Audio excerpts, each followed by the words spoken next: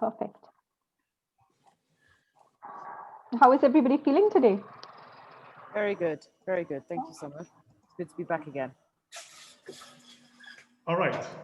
So good afternoon, everyone. It's another session today, BizzMatcher Accelerator Conference Volume 2. We are very, very excited to welcome all of you. Hi, Samar. How are you today? Very well, thank you. Fantastic day yesterday. How is everyone doing today? The people who've come back. So I see some familiar names. Mike is here. Alexandre is hello, here. hello. Alexandre is back. Hi, Alexandre. Hello, hello. Hello, how are you? Yes. And Leila is here as well. How are you, Leila? I'm very good. I'm very good. Thank you for having me back again.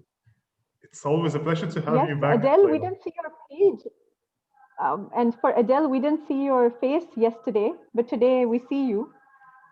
Yes, Adele has connected. Adele has shared his screen. We went through. Can you hear me? Yes, we can hear you. Oh, perfect. Hi. Different background. Excellent. So I believe we have been joined by Mr. Mohammed Bali, the CEO of Penny Apple Middle East, our charity partner.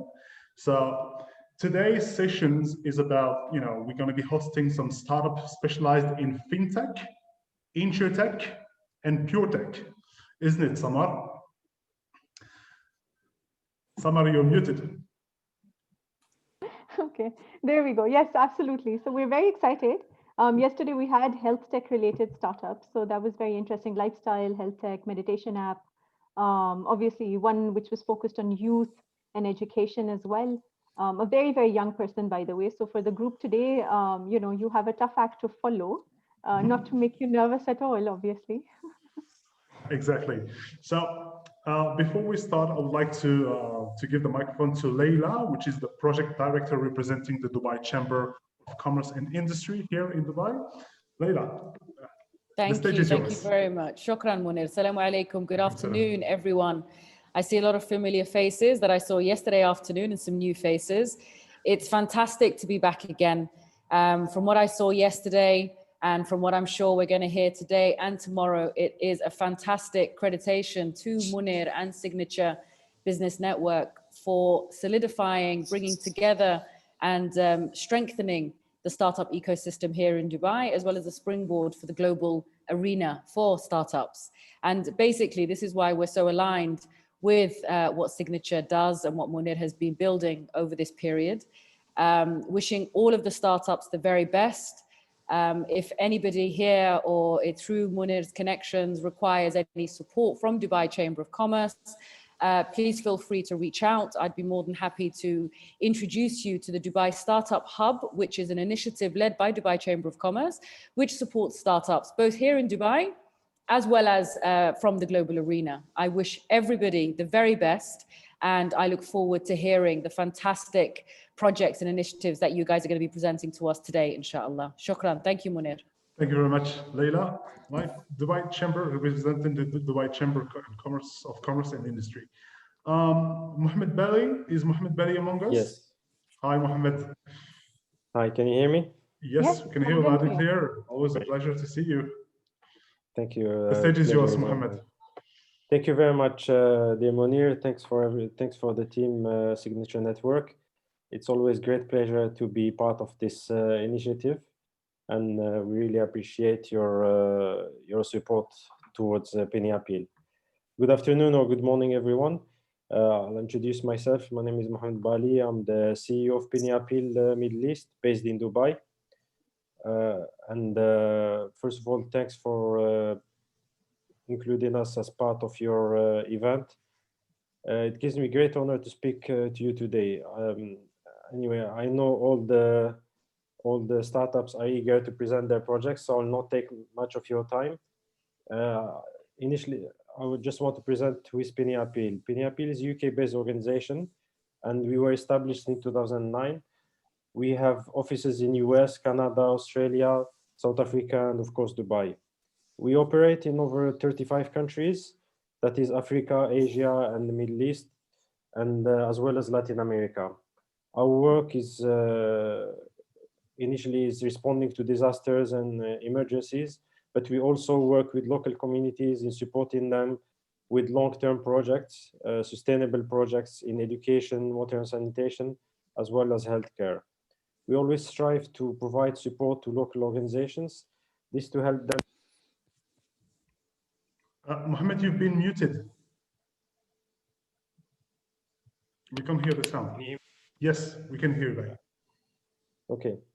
So as you can imagine, recently we've been very busy with all the emergencies that are ongoing, especially the explosion in Lebanon, where we dispatched a team responding to the emergency. We provided food in terms of food packs, cooked food, hygiene kits. We try to support them as well in this challenging time, including the COVID situation, as well as the economic hardship that the country is going through, and supporting the people who were impacted by the explosion. So our team has been supporting thousands of people, providing them with food and non-food items, and the work is ongoing. In addition to that, most recently, we are also present in, we've been also responding to floods in Pakistan and other parts worldwide. That's about it, and thank you very much for your support. We thank all our supporters, and once again, thank you for supporting Penny Appeal, and I wish all the candidates good luck, and thank you again, Munir. Thank you very much, Mohammed Bali, CEO and founder of Penny Appeal Middle East, based here in Dubai. And we would like to make a special thanks to our strategic partner, WeWork Worldwide, represented by its general manager here in the MENA region, Riyad Thomas, who will be joining us a little bit later on. Samar, he has messaged me to say that he will be joining later on. And our strategic partner, the biggest accelerator program here in the Middle East, Flat 6 Lab, based in Bahrain, represented by Salih Abbas, who will be joining us a little bit later on the session. So we are very pleased to be, that a lot of people have been joining us amongst the advisors. So before we start off, we would like to give the mic to a few advisors who have been recently joining us. Christina Klassen, live from Switzerland. Christina, can you hear us? A startup advisor. Christina, can you hear us? Christina Klassen? I believe she's connected, but not here. Dr. Dalal Gawas?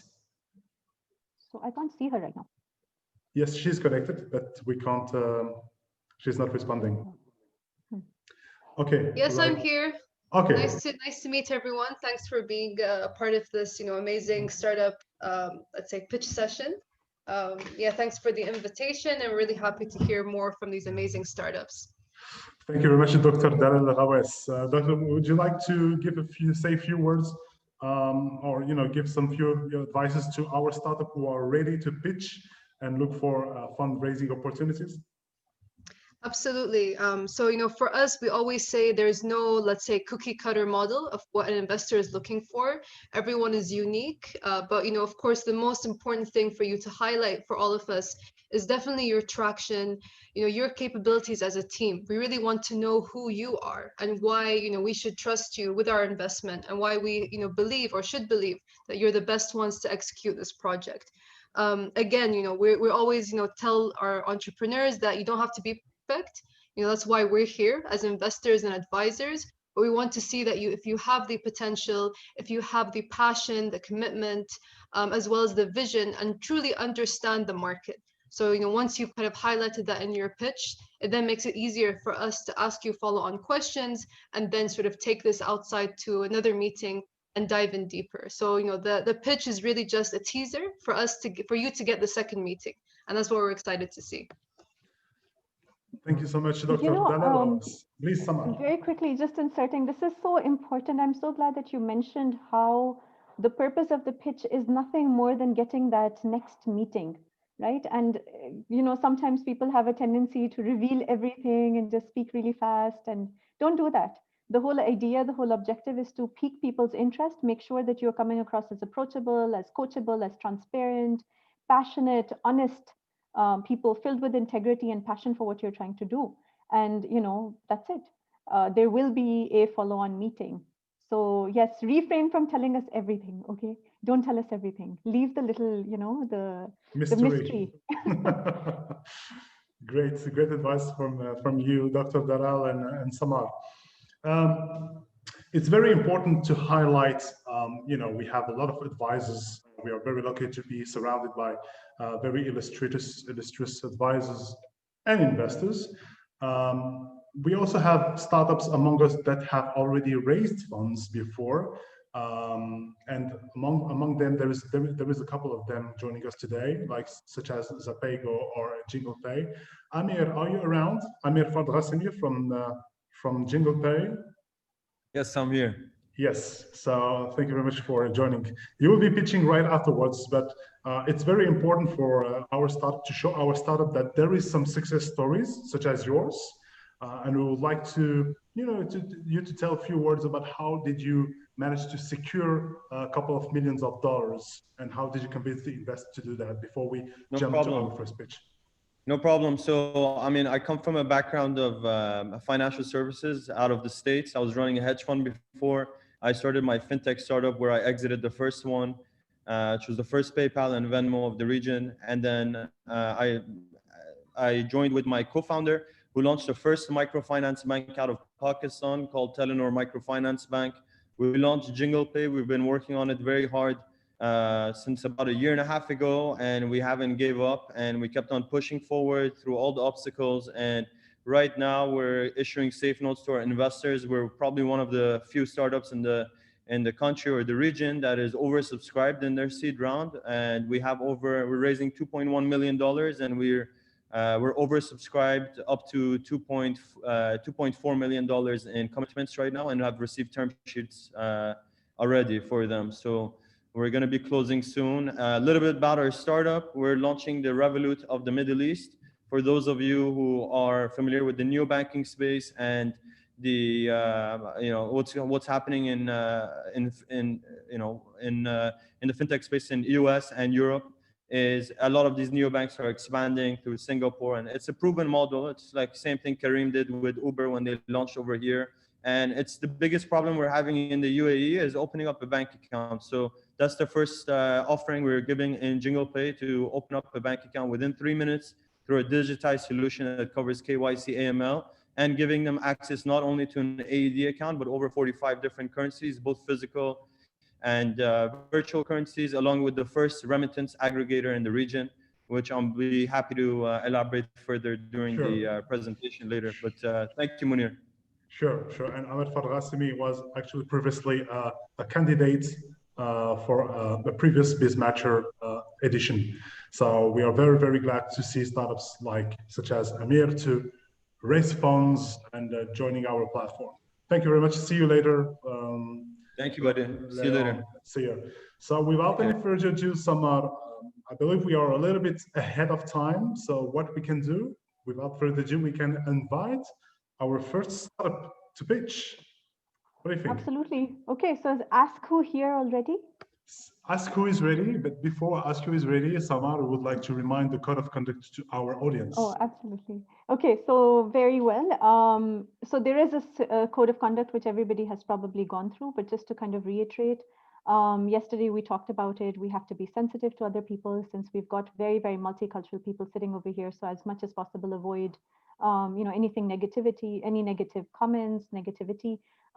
Constructive feedback is welcome. So yesterday we did have some startups contributing and giving feedback in the chat.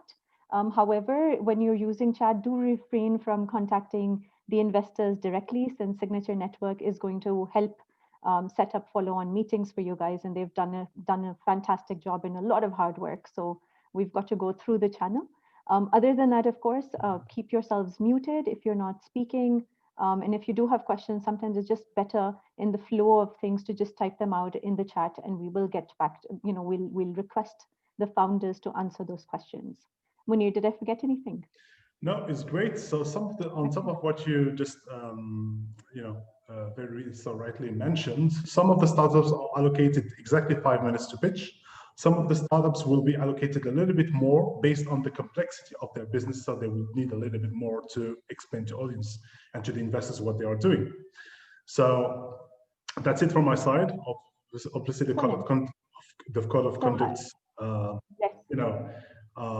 tells people to avoid, any political related, comment or statement. Apart from that, it's a purely 100% business and corporate platform, and we have a vision to help as much startup as possible to, we want to bring an added value. We want them to fundraise the money they're expecting at the end of the day. And that's it. So we wish all the startup all the very best. We ensure a very strong follow-up post events. And just for information, yesterday, just from the sessions from yesterday, already 3 startups are in direct and private negotiation with investors. So we would like to encourage this to happen. Yes, we would like to encourage a few more. So that's it from my side. Let's start with... Very quickly. So absolutely no pressure, right, on the startups today. So we hope that you also will land additional meetings and stuff. And I see that Michael has has unmuted himself. So Michael, the stage is yours. How much time does Askwho have, Munir? Is it 5 minutes? Michael and Matthew have 6 minutes. Okay, 6 minutes it is. After the 6 minutes. Guys, I will, yes, I do have, all power today. So I will mute you unless you're really saying thank you, in which case I will not. And let you say thank you. Great. Okay. All right then. Michael, the stage is yours. Michael and Matthew, representing Askwho. Thank you very much. So good afternoon, guys. It's great to meet you all. By way of an introduction, I'm Mike, the co-founder and CEO, and Matt is the co-founder and COO of Askwho. This is a Dubai-based business, so let's get started. Askwho, we bring the social back to social media. We are available to download on the App Store and Google Play stores and have been since July this year. The problem. I moved to Saudi Arabia at the age of 24. I remember walking into the mall for the first time and seeing hundreds of young people desperate to talk to one another, but were unable due to cultural pressures. Instead of talking, hundreds of people just stared at their phones and each other for that matter, without daring to engage in conversation. But I could see their thoughts pouring above their heads. Where is that person from? What do they do for work? Why are they here? The fact remains that they would never know. To a 24-year-old British guy, this problem was so obvious, but in Saudi, it was just part of life.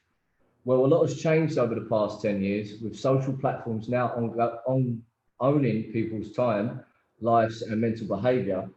This problem has sadly now migrated all over the world. It seems as people's screen time goes up, their sociability goes down. So does their personal relationships and support networks. We've all seen the news articles of how lonely the younger generation are feeling with the increased rates of depression, self-harm, and unfortunately suicide. This generation and subsequent needs a new way of taking the first step to make new connections and a way to find building real connections with real people.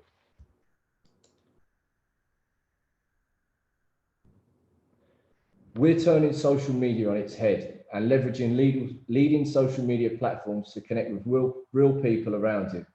We promote opportunities of communicating and connecting with those around us. We believe a shared location is a great starting point. We want to help remove social barriers, promote understanding, boost approachability, and be the icebreaker for new connections. Company overview. We are a social media aggregator that consolidates the world's leading social platforms such as Instagram, Facebook, LinkedIn, Snapchat, and Twitter onto one app and combines this with the user's location for a true social experience. Askwho has successfully obtained all approvals to integrate these platforms. Key traction today, 86% of our users are loyal. We have a daily active engagement of 6 minutes, 45 seconds. We have had 600,000 searches made so far on the product, and we have 13,000 active users. 65% of all of our users have their social media accounts integrated. Our average user on the platform is 29 years old, and we have 40% are monthly active. We've had 16,000 connections through social icons. Our industry is obviously social media, connectivity, consumer goods, and technology. The market size is 2.2 billion users globally. Our primary target audience is 18 to 35-year-olds. Our notable highlights is we have trademark registered in the UK. We're GDPR compliant. We have a ADGM holding company set up in Abu Dhabi, so we're under UK common law, and we own the IP. And in a very short space of time, we are loved by the people that are using the product. So how it works, I'm going to show you a short video to how simple the product is to use.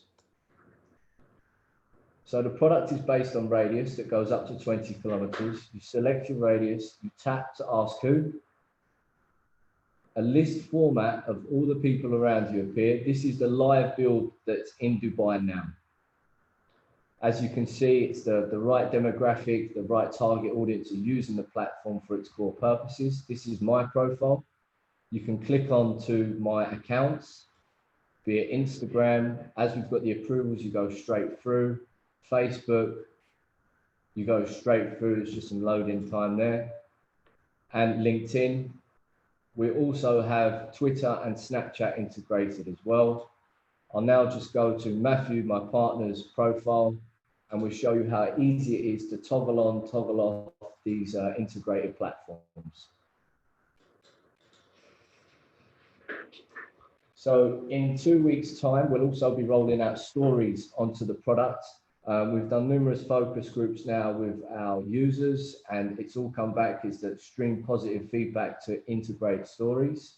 We also have reports going into the product, which will showcase the performance of their profile, i.e. how many clicks they're getting through to these platforms. The social hub. So far, we have Instagram, Facebook, Snapchat, LinkedIn, and Twitter. But as the business grows, so will the product. We are already looking at implementing YouTube, TikTok, Spotify, Pinterest, and creating a carousel system for these companies. Competitive advantages. We are first to market with no direct known competition that's behaving in the same way as Askwho. The ease of use, we have 94% positive feedback on the user experience, and we're working on the 6%. The aggregator aspect is simple connections of existing established business models within a user's location. And the independence, the ability to host the social media competitors on one app that no one else can. The team.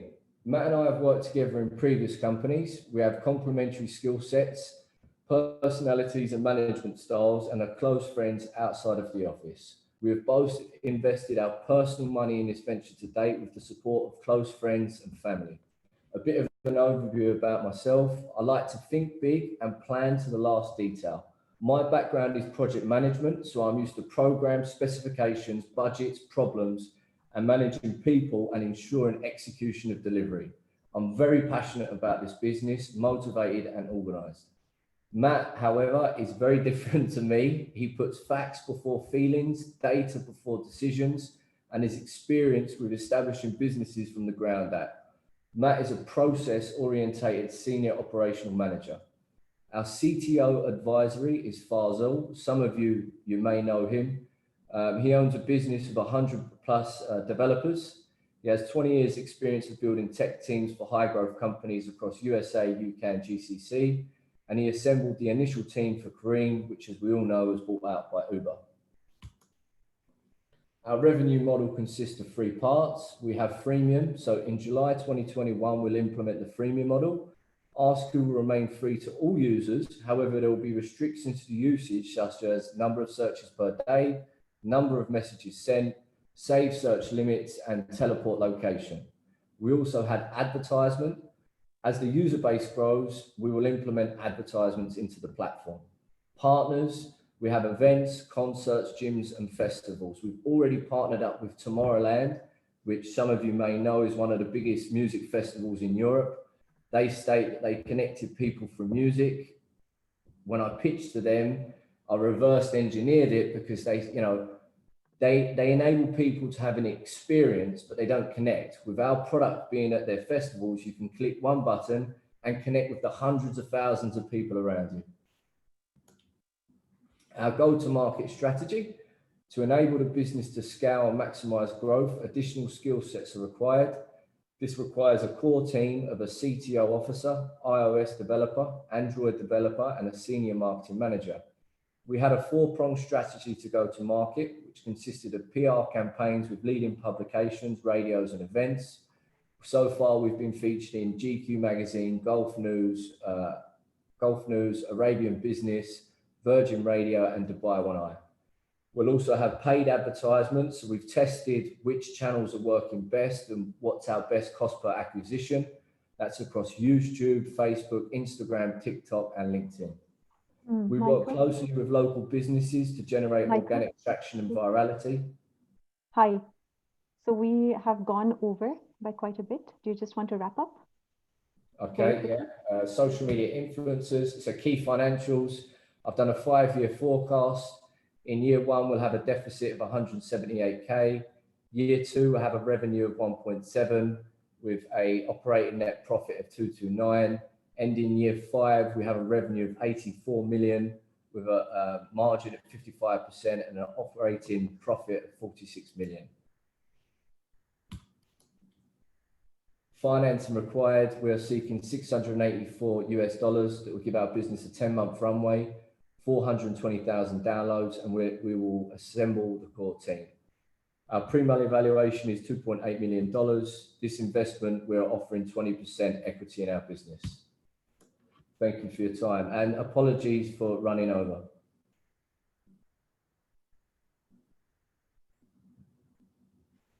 Okay, thank you very much. All right, questions. Thank you. Yeah. Can you please stop sharing your screen, Michael, so we can switch we can go directly to the advisors and investors. Anyone has a question for Michael and Matthew representing Askwho? Yes, please. Yes. Who is asking? If I may start, Alexandre. I don't know if someone. Yes, please. Alexandre wants to go first. Sure. Okay.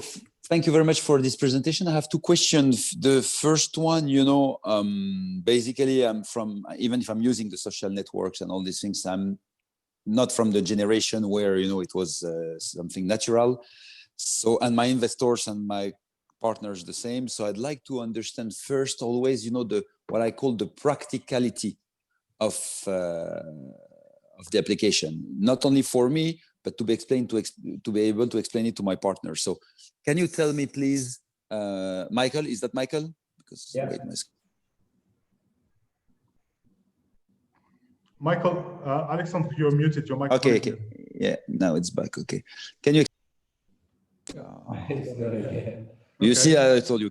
Can you explain? Voila, now you get me. Can you explain me, exactly the practicality of your application? Okay, like someone for me, if I download your application this afternoon, what will be the use for me? To connect with people around you and to connect through the social handles of your choice. Okay, and does Facebook or the big ones, they don't do the same thing? They don't have something, to connect with radius and everything? No, they don't. For the 2 years we were building this platform, we kept scratching our heads, asking ourselves the same question. But this space hasn't been executed. Yeah, but as far as I understand, it's like just to connect, with a radius around, like, I don't know, 20 miles or something like this. Is it something related, like, all these dating applications, then where the people, they can put the radius and then they connect to the same people? Like, is it the same idea, same concept? Yeah. No.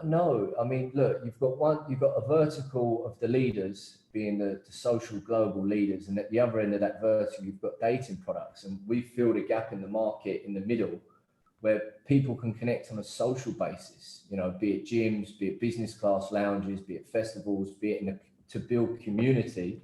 With okay, there is a thematic filters, you mean? Yeah, there's filters. There's filters. You can filter the product by occupation, industry. We're already speaking to Expo 2020, which is now 2021, to try and be the go-to product at that event. You click one button and you can connect with everyone there. Okay, and my second question, because I'm sure some other people has, the 684K is against how many equity? How much equity? 20%. 20%, okay. Yeah. Okay, fair enough. If I have more, I will get back. Thank you. Thank you. Thank you, Alexandre. I believe we have a comment from Dina Mikawi. Dina, can you please show yourself and make your statement? Hi. Yeah, hi. So I don't know if you guys know, I think Bumble is very similar in the sense that you're able to create a profile. It is a dating app, but you could also use it for professional reasons, and it allows you to connect with people, you know, with your location and connect with people. I don't know the exact features, but I know it's very similar. Did you guys consider that as a potential competition? Yeah, I mean, look, we've done extensive focus groups, and Bumble, let's face it, is a dating platform. So I know they've created this feature called Bumble Friends, but Bumble is a dating app. So I don't know how well that arm of the business is performing, but I can't imagine that it would be a competitor to us. In addition, we have obviously took nearly 18 months to get approvals from all of these leading businesses to consolidate them onto one platform and be an aggregator. So you have the additional option of going through and checking out someone's LinkedIn profile or their Instagram or Snapchat or whatever. So there's more than just a location based to the app.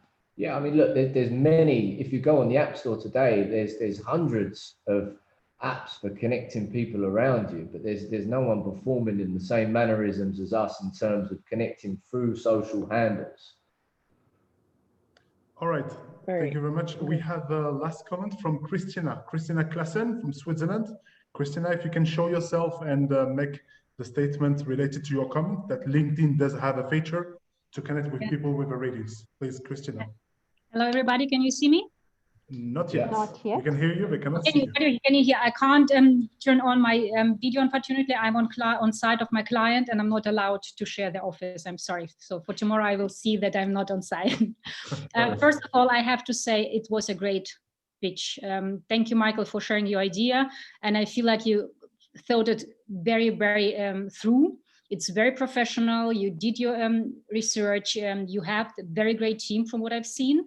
The only thing is what I recognize is when you say nobody else has a similar feature, LinkedIn does have that kind of feature. It has been in place, I think, like for 1-2 years now. So when you are somewhere on your mobile, you can just turn it on in your settings, and then you will be connected to people who have the same settings. So just to make clear, there are some other features which are similar. At the same time, I completely see your point, and the same when you gave your feedback to the dating app. What you are doing is unique in my opinion, because what you do, you connect all the people independent, if it's professionally, if it's sports, if it's dating, and this is what I feel the same. It's missing now in the market.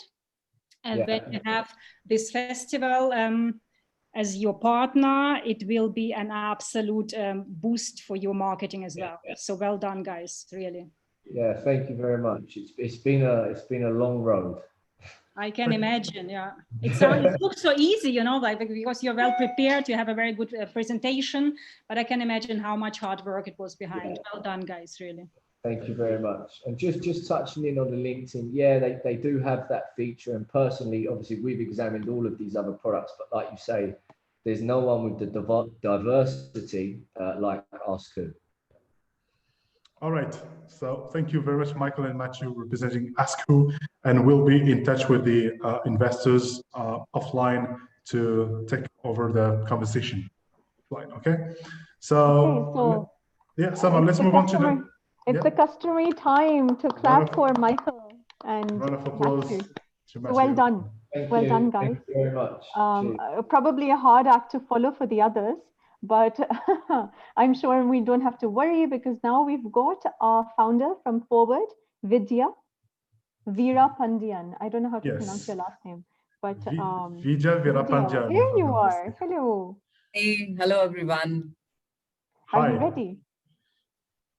Yes. So let me just share my screen. Okay. And is it 5 minutes or is it longer, Munir? 6 minutes. Okay.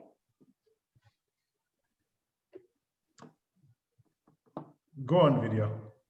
We are all ears. All right. Okay. Hi, my name is Vidya Veerapandiyan. I am the founder of Forward. Forward is a startup based in Dubai. And I will take you through the whole concept of Forward itself. So my background is from insurance industry. I've been heading marketing function for a FTSE 100 company for for over 15 years now. In the last 3 years, I've headed the digital transformation for the same FTSE 100 company. Now, in the 3 years that I've headed the transformation, I think 2 years I spent in convincing the management as to why we need digital transformation, built a whole bunch of Excel sheets. And when we did get on board a vendor to do the digital transformation vendor was seeing stars about insurance as a concept. They could not contextualize. They did not understand what that means intrinsically in the competitive landscape, and it was a complete stakeholder management that had to be done between the two parties. So in the 2 years of stakeholder management and the 1 year of actually getting a product, the result was a very unhappy marriage between the two, and the outcome was a very compromised, substandard, or behind the trend product to the consumers. So the solution was brewing a lot for me when every time I've met the brokers, the fraternity, the wider insurance fraternity itself, you could see that they constantly wondered how to go about digital transformation. And therefore, the solution was combining the insurance expertise and the digital transformation expertise into one organization. And that's how Forward came into fruition and formation. So Forward provides strategy and implementation across the entire digital transformation spectrum, so services related to digital transformation, marketing, and CX. And we focus purely on insurance sector, and the secondary focus on banking sector who provide bank assurance products. But it's specifically for the insurance organization only. So far we have 6 services that are live. We went live in July 2020. So there are 6 services. The aim of having those services is for the insurance ecosystem. So when I say insurance companies, it is brokers, it is direct insurers, it are banks and the whole ecosystem, for them to visualize what are the different services that come under the whole big myth of digital transformation. So it's demystifying those. We are also working on 2 products. These 2 products have germinated from the problems that are existing in the current insurance market within the UAE. Product 1 is related to motor claims, and there is an AI component to it. And product 2 is related to life insurance claim. Again, there is a component of AI, a huge component of AI to it, along with process excellence. So our business model is Forward runs the entire strategy, the creative direction, the media planning, the business requirement gathering, the head side of the body when it comes to a project. And it collaborates with a panel of agencies. So we have creative agencies, we have website development agencies, we've got digital agencies, and we've got specialists. We've got AI specialists, CDP specialists, and CRM specialists on board. So what this does is, because you have the insurance domain and you've got the transformation domain all stitched up into one unit, you have shorter transformation cycle. You are able to save time and cost. What your go-to market is very effective. It resonates with the market. You have a clear positioning, and you're also providing services that fit the budget for the insurance company.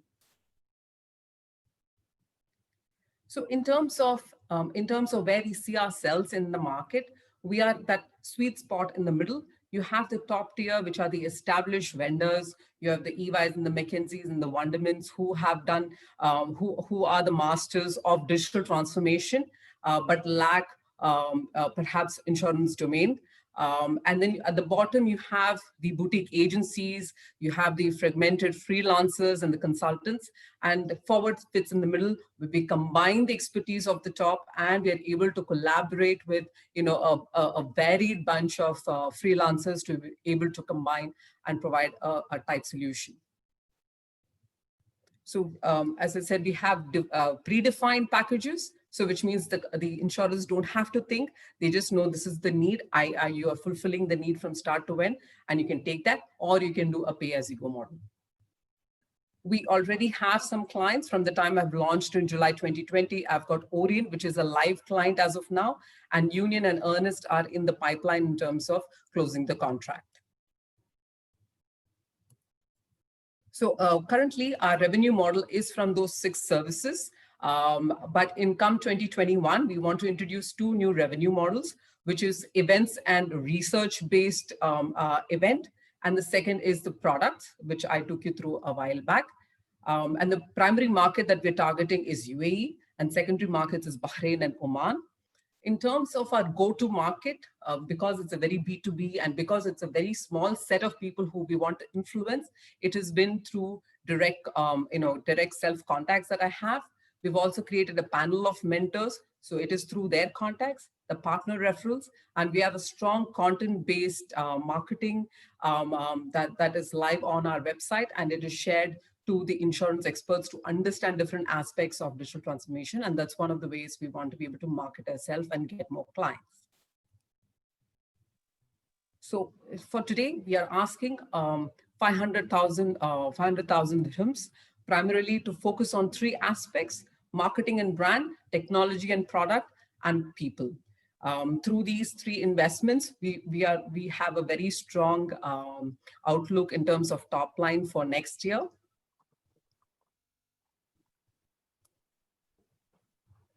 Yeah, so this is our projected revenue for next 3 years. So as I mentioned, the primary is through consulting services. The second 2 are the 2 products. One is subscription based and one is by project based. The other is events and research. This is a big gap currently in the Middle East market, where you don't have consumer insights specific to insurance. And we've already generated some, and we want to be able to generate more. And at the back of it, run events and sponsorship and get revenue. And also through non-UAE market, which is Bahrain and Oman.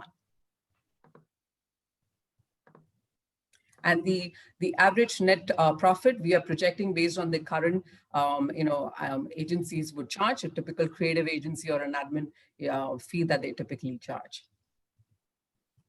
So this is my team. As I mentioned, I'm the founder, but I've also got 2 team members, Ashling and Silvio. So they work on project basis, which means I keep my costs low. Ria is the only full-time employee we've got. And then we've got 3 strong mentors. They are local celebrities within their own sort of function. They are within the insurance industry or within the entrepreneurial industry who have strong contacts. So their task as such is to also constantly provide referrals for me to reach out. And is one of the reasons why we've been able to quite quickly get clients as well. That's it. Thank you. Okay, thank you. Thank you, Vidya. Thank you, Vidya. Well, no, you did not, but I chatted with Munir and he said, let her finish. 1 minute extra. 1 minute extra. Okay. Today, Munir is feeling much more generous than yesterday, right? He was like, oh, you're a dragon. But anyway, so thank you. All right, who's got questions? Let's see. Anyone questions from advisors and investors?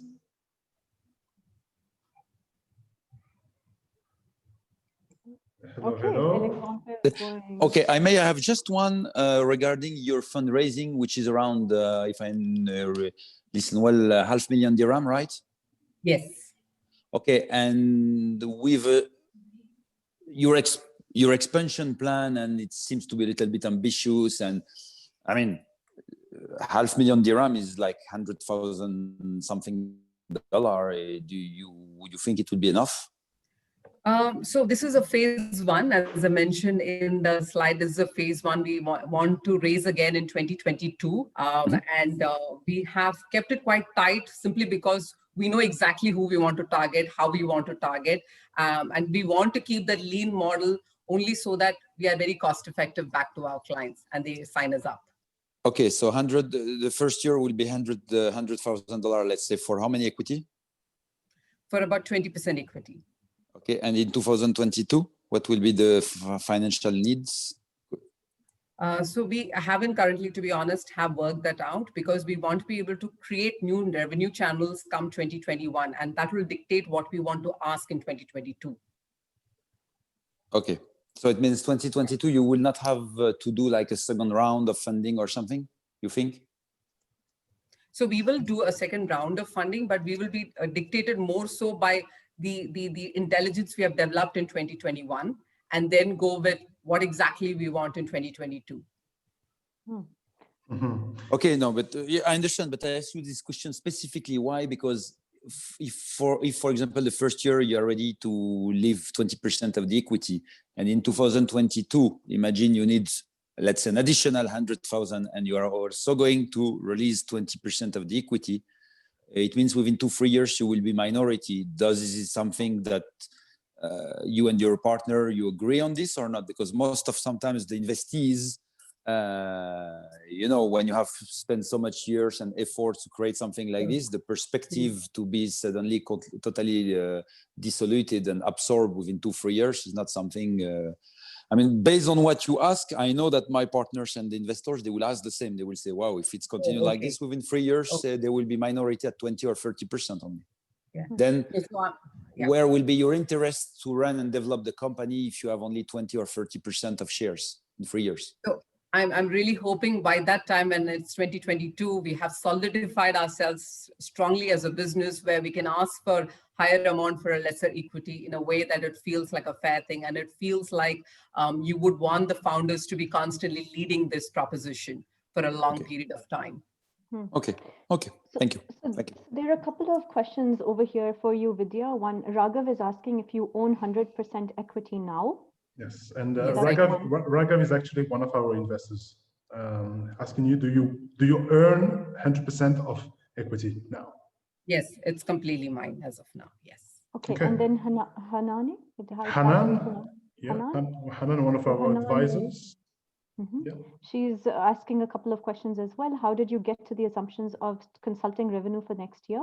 Can we have more details, especially that you are operating in a highly competitive industry? Yes.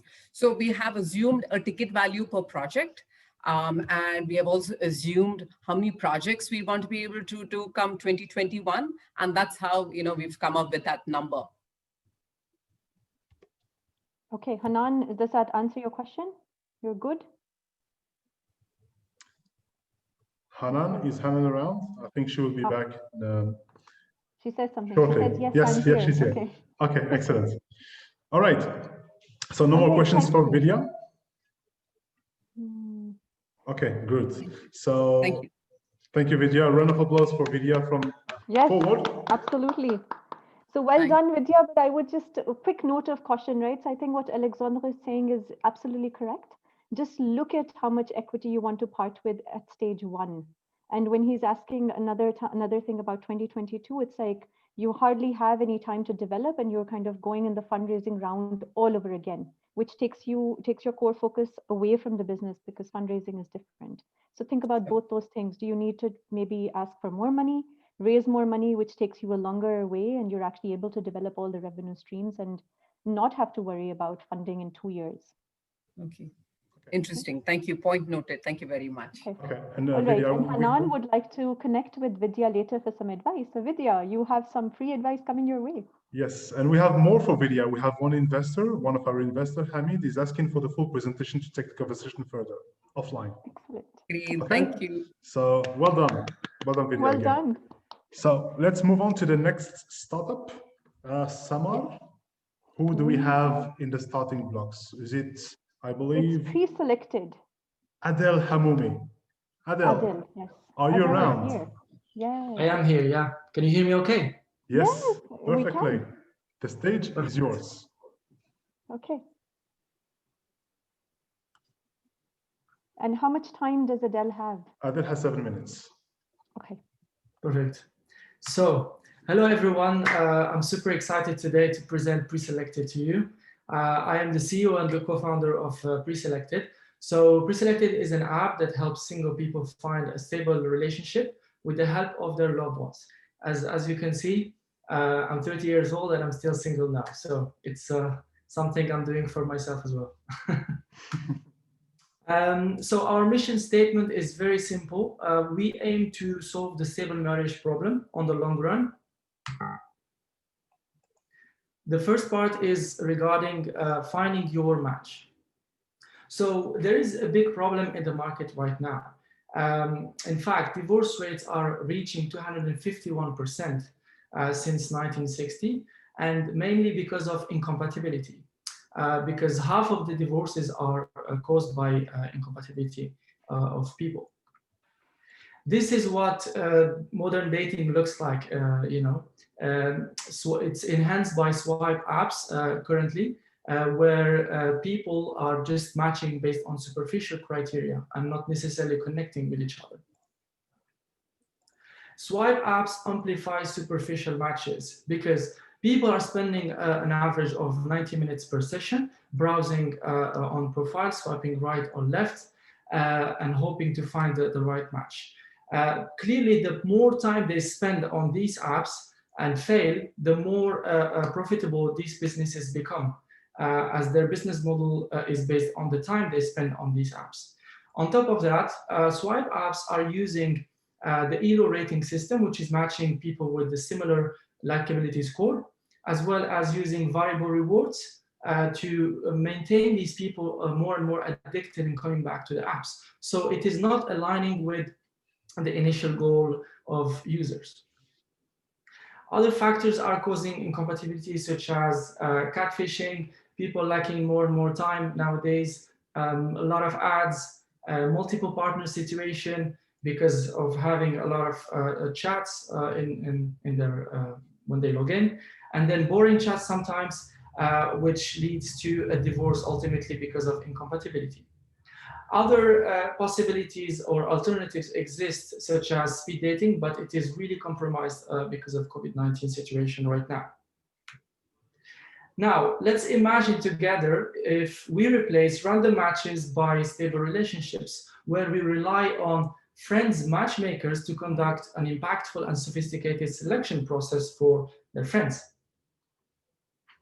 So here is a quick presentation of Preselected.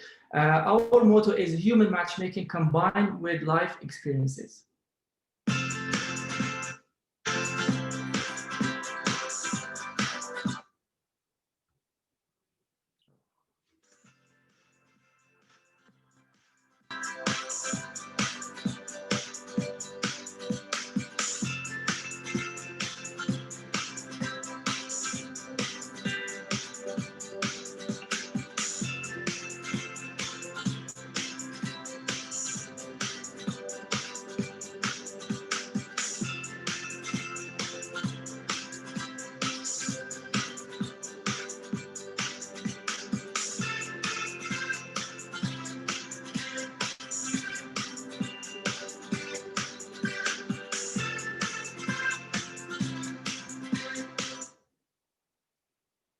Thank you.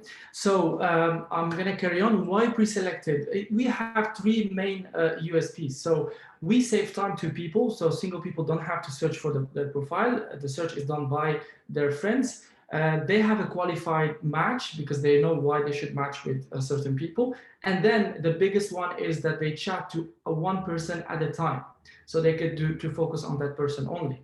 And then obviously on those profile by their surroundings, a smart matching system, and then in the V2 version 2 of the app, we will have life experiences to maintain the couple together.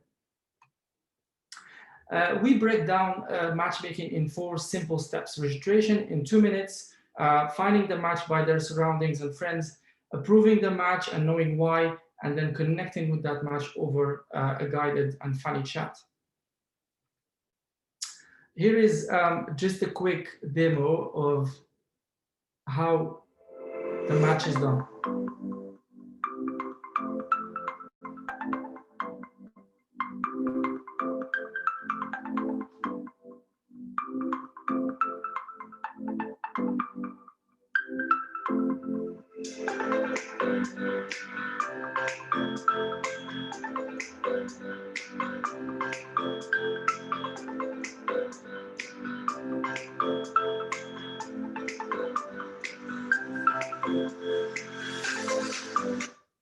Thank you.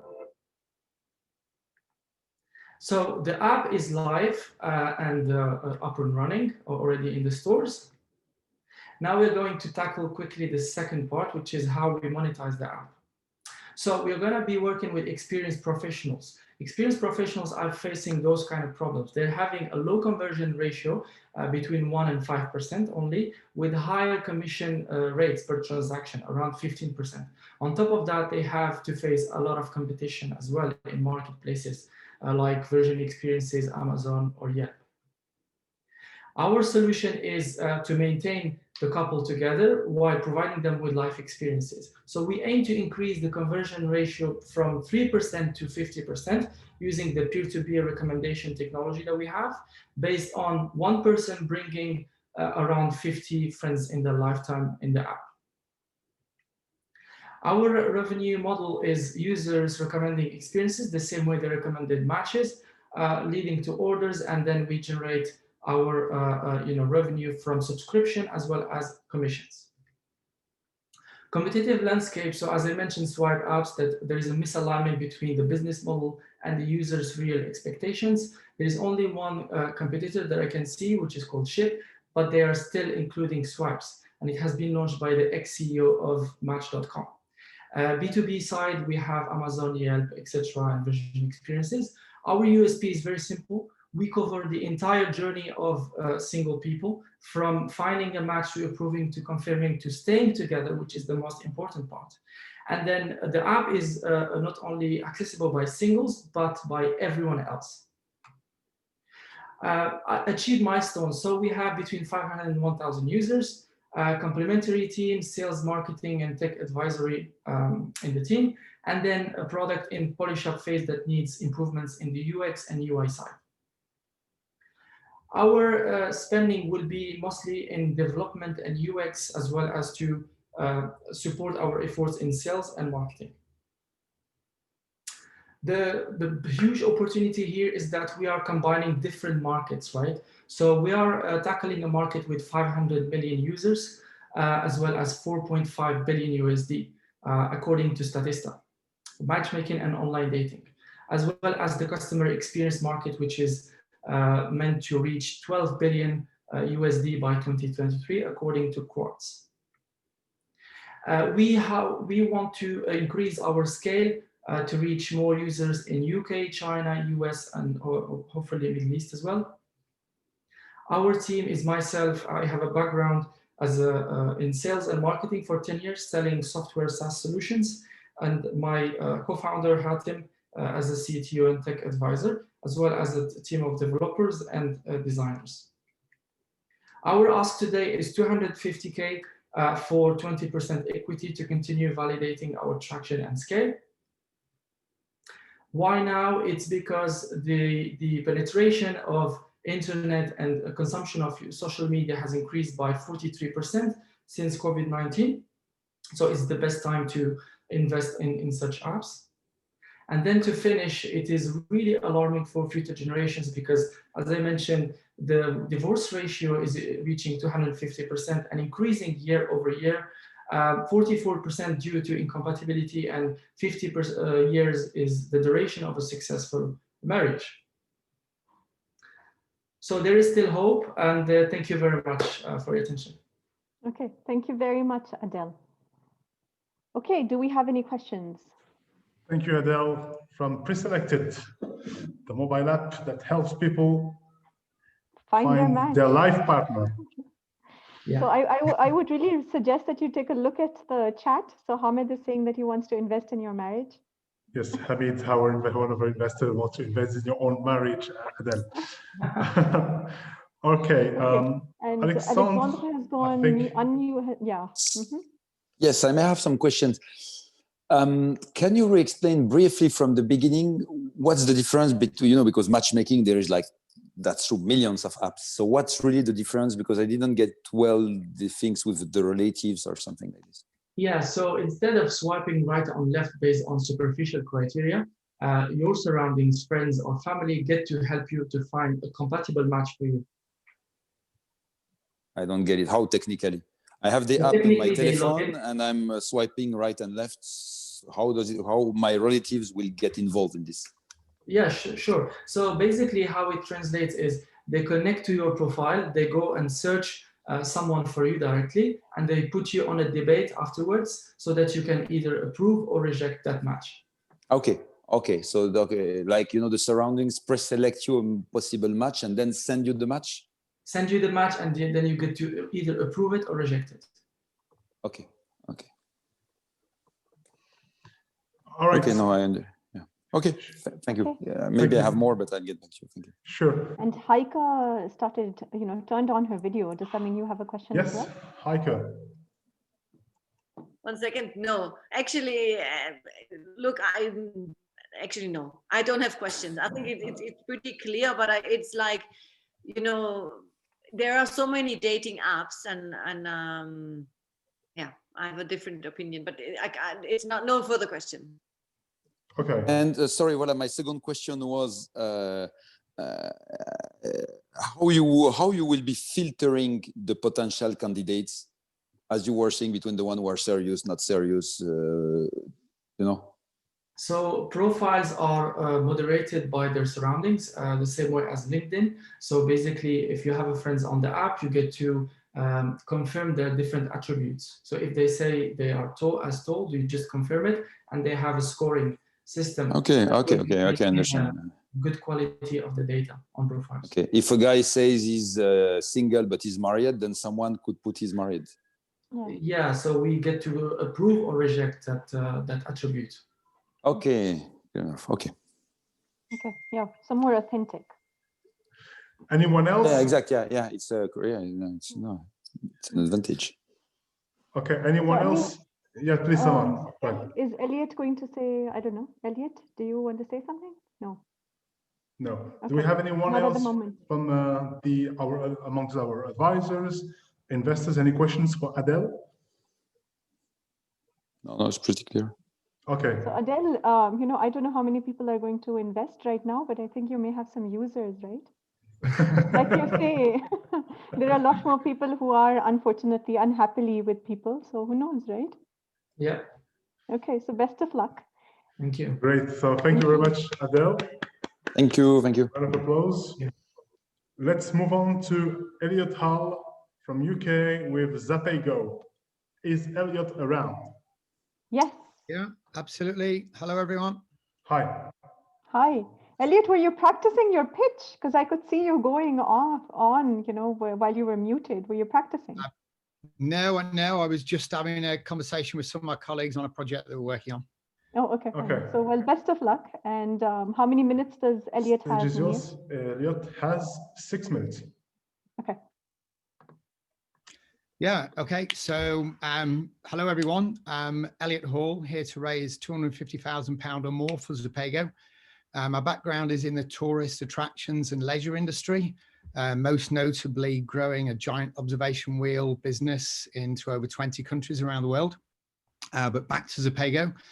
So Zapego's exceptional deal flow includes exclusive mobile ordering contracts to gain millions of users via an EPOS system that is used by exhibition centres and around 60% of the UK sports and concert arenas, which normally have around 50 million transactions per year.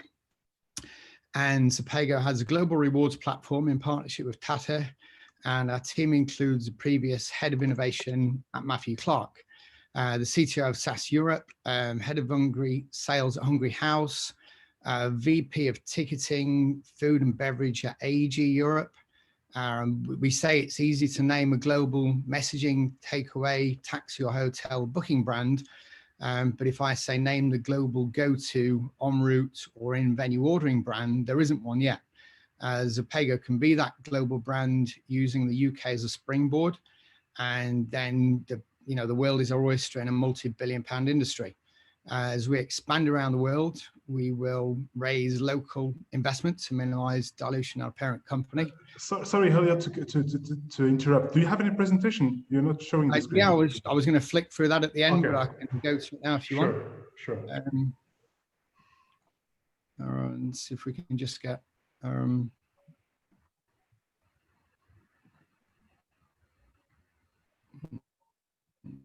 I'm going to make sure it doesn't cut off the rest. So,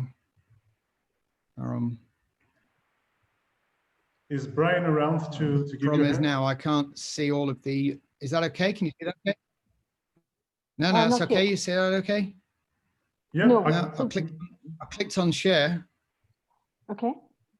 We don't see anything yet. We don't see anything yet.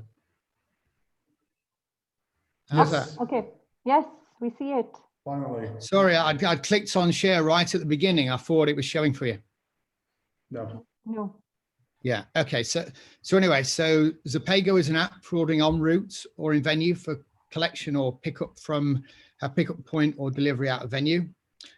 People have no handling of menus, money, card machines, queuing, or missing social sports or concert moments while waiting to make or receive orders.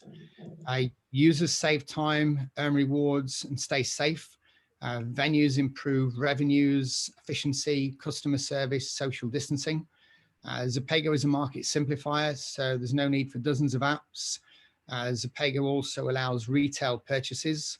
So it's just not changing page. Here we go. Sorry, yeah. So users select a venue. They choose a product. They order for collection or delivery. Venue then requests a driver if it's an out of venue order. The driver accepts the job, then collects, and that is pretty much how the app works. There's no rocket science. There's no great patentable technology or anything. Chains are making their own apps. However, this is great news for Zapego, as their main objective is to sell food and beverage via any channel they can. And they're also educating public, staff, and creating tech ready to receive orders from Zapego's users. Zapego's many revenue streams include data collection previously unavailable from cash and card payments. To increase social engagement, users will be able to play in-app games to see who pays for drinks, and order numbers will go into prize draws. We also plan to make all payments sustainable. In the not too distant future, there'll be drone and autonomous vehicle delivery options. Cut a long story short, Zapego has great timing, team, pricing, product, market, and deal flow, and we're looking to accelerate growth while venues increase revenues, people save time, and earn rewards. We're totally teed up, exclusive contracts that is used by like around 60% of the UK sports and concert arenas. We're live in venues at the moment. We had a handful of venues go live a few months ago. We've had about £250,000 of sales go through the venue. And like, obviously there's a lot of people out in the world suffering a lot more than our businesses are. But the only thing that's slowed us down a little bit this year is COVID-19. But once all of the large venues open again in the UK, we're fully integrated with around 60% of them, and we're completely ready to go. So thank you for listening, and I'll do my best to answer any questions. Thank you very much. Well, I think you're probably the first one to have finished before time, Elliot. And we had the tech hiccup in the middle as well, eh? Not bad. Yeah, not bad at all, even though I paused my stopwatch. Okay, so Mike has a question already. Do you want to start? Our business is to save time for people, so why have a long presentation? Okay, awesome. I loved the way you started, by the way. So you started off with your ask and that's it, boom, everybody knows. Would you like to stop sharing your screen though? So we can... Yeah, I can certainly do that for you. Okay, there we go. Awesome. All right, Mike, you've unmuted. Hi, Elliot. How are you doing? Not too bad at all. I recognise the name and not the face straight away. But how are you doing? Yeah, we've spoken a couple of times in the past. We're almost neighbours. I think we nearly got to meet once in Oxford, but got messed up at the last minute. Yeah. You all right? Yeah. So I was very interested in you before. As you know, we've sort of nearly met a couple of times. But I'm thinking COVID has changed the world in terms of bars, restaurants, etc. Everywhere you've got to order food and drink. Pretty much everywhere you've got to do it from your table through an app or and everybody's rushing. All those venues are rushing to try and develop platforms or buy in platforms to do that. Yeah. So how's COVID been for you? It has, well, as I said, there's a lot of people in a lot more terrible experiences than any businesses have had in the world. At the very beginning, it was very painful because we're just finishing all of our commissioning at the NEC after having quite a few delays over the last few years, which I've probably spoken about in the past. But in March, we were choosing which venues to go live in next. And the first venue we were going live in was the NEC. And a couple of weeks before we were supposed to be doing that, we got a phone call to say, really sorry, it's turning into a hospital. And we're not going to be launching Zapego in the near future. So then our focus was more on the concert arenas in Birmingham and the football stadiums. And then obviously, lo and behold, within a few more weeks, the whole country was in lockdown, and there's been nobody going to watch football games and so on. So the first thing, it was like head in our hands again. What else can go wrong? What more delays can we have?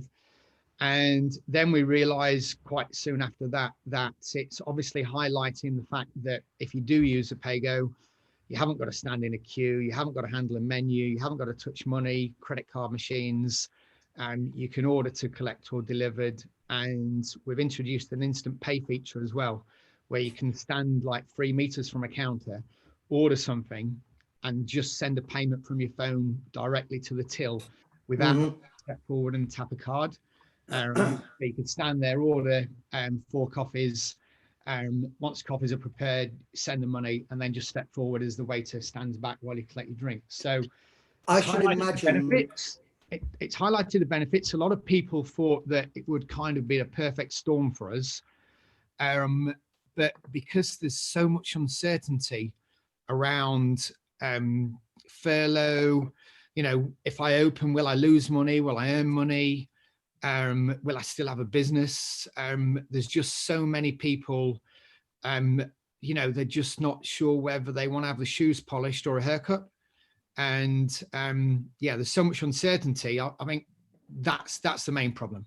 No uncertainty. But saying that, we chose just to go live in a handful of venues. It's been about 3 months now. We've had £250,000 of sales go through. And we're fully ready to go live at Hull City Football Club and many other venues. And yeah, in some pubs, over 50% of the revenue is now going through as a Paygo. So we're quite pleased about that. I'd say, so I've been out a few times since we're allowed to, primarily in Oxford. And every bar or restaurant I've been to, you've had to stay at your table and order, which is perfect for you. Absolutely. My son's just started. My son's just started university at Oxford, so I'm there like a couple of days a week. And yeah, you go to the Westgate, you know, you go to the Alchemist or whatever, you know, and they've all got slightly rubbish apps or you know, hastily put together things, and it's a really rubbish experience, and they need something like you've got, which has been, you know, pre-developed, designed for the task. I won't waste everybody here's time describing my frustrations about trying to go out, but you know, the ordering experience isn't as smooth as it should be, or could be with you. So I think you've got a absolute prime time at the moment. Not necessarily with the big venues because they're struggling, but you know, just the thousands and thousands of small venues that are opening up, restaurants, bars, etc., that all need your app.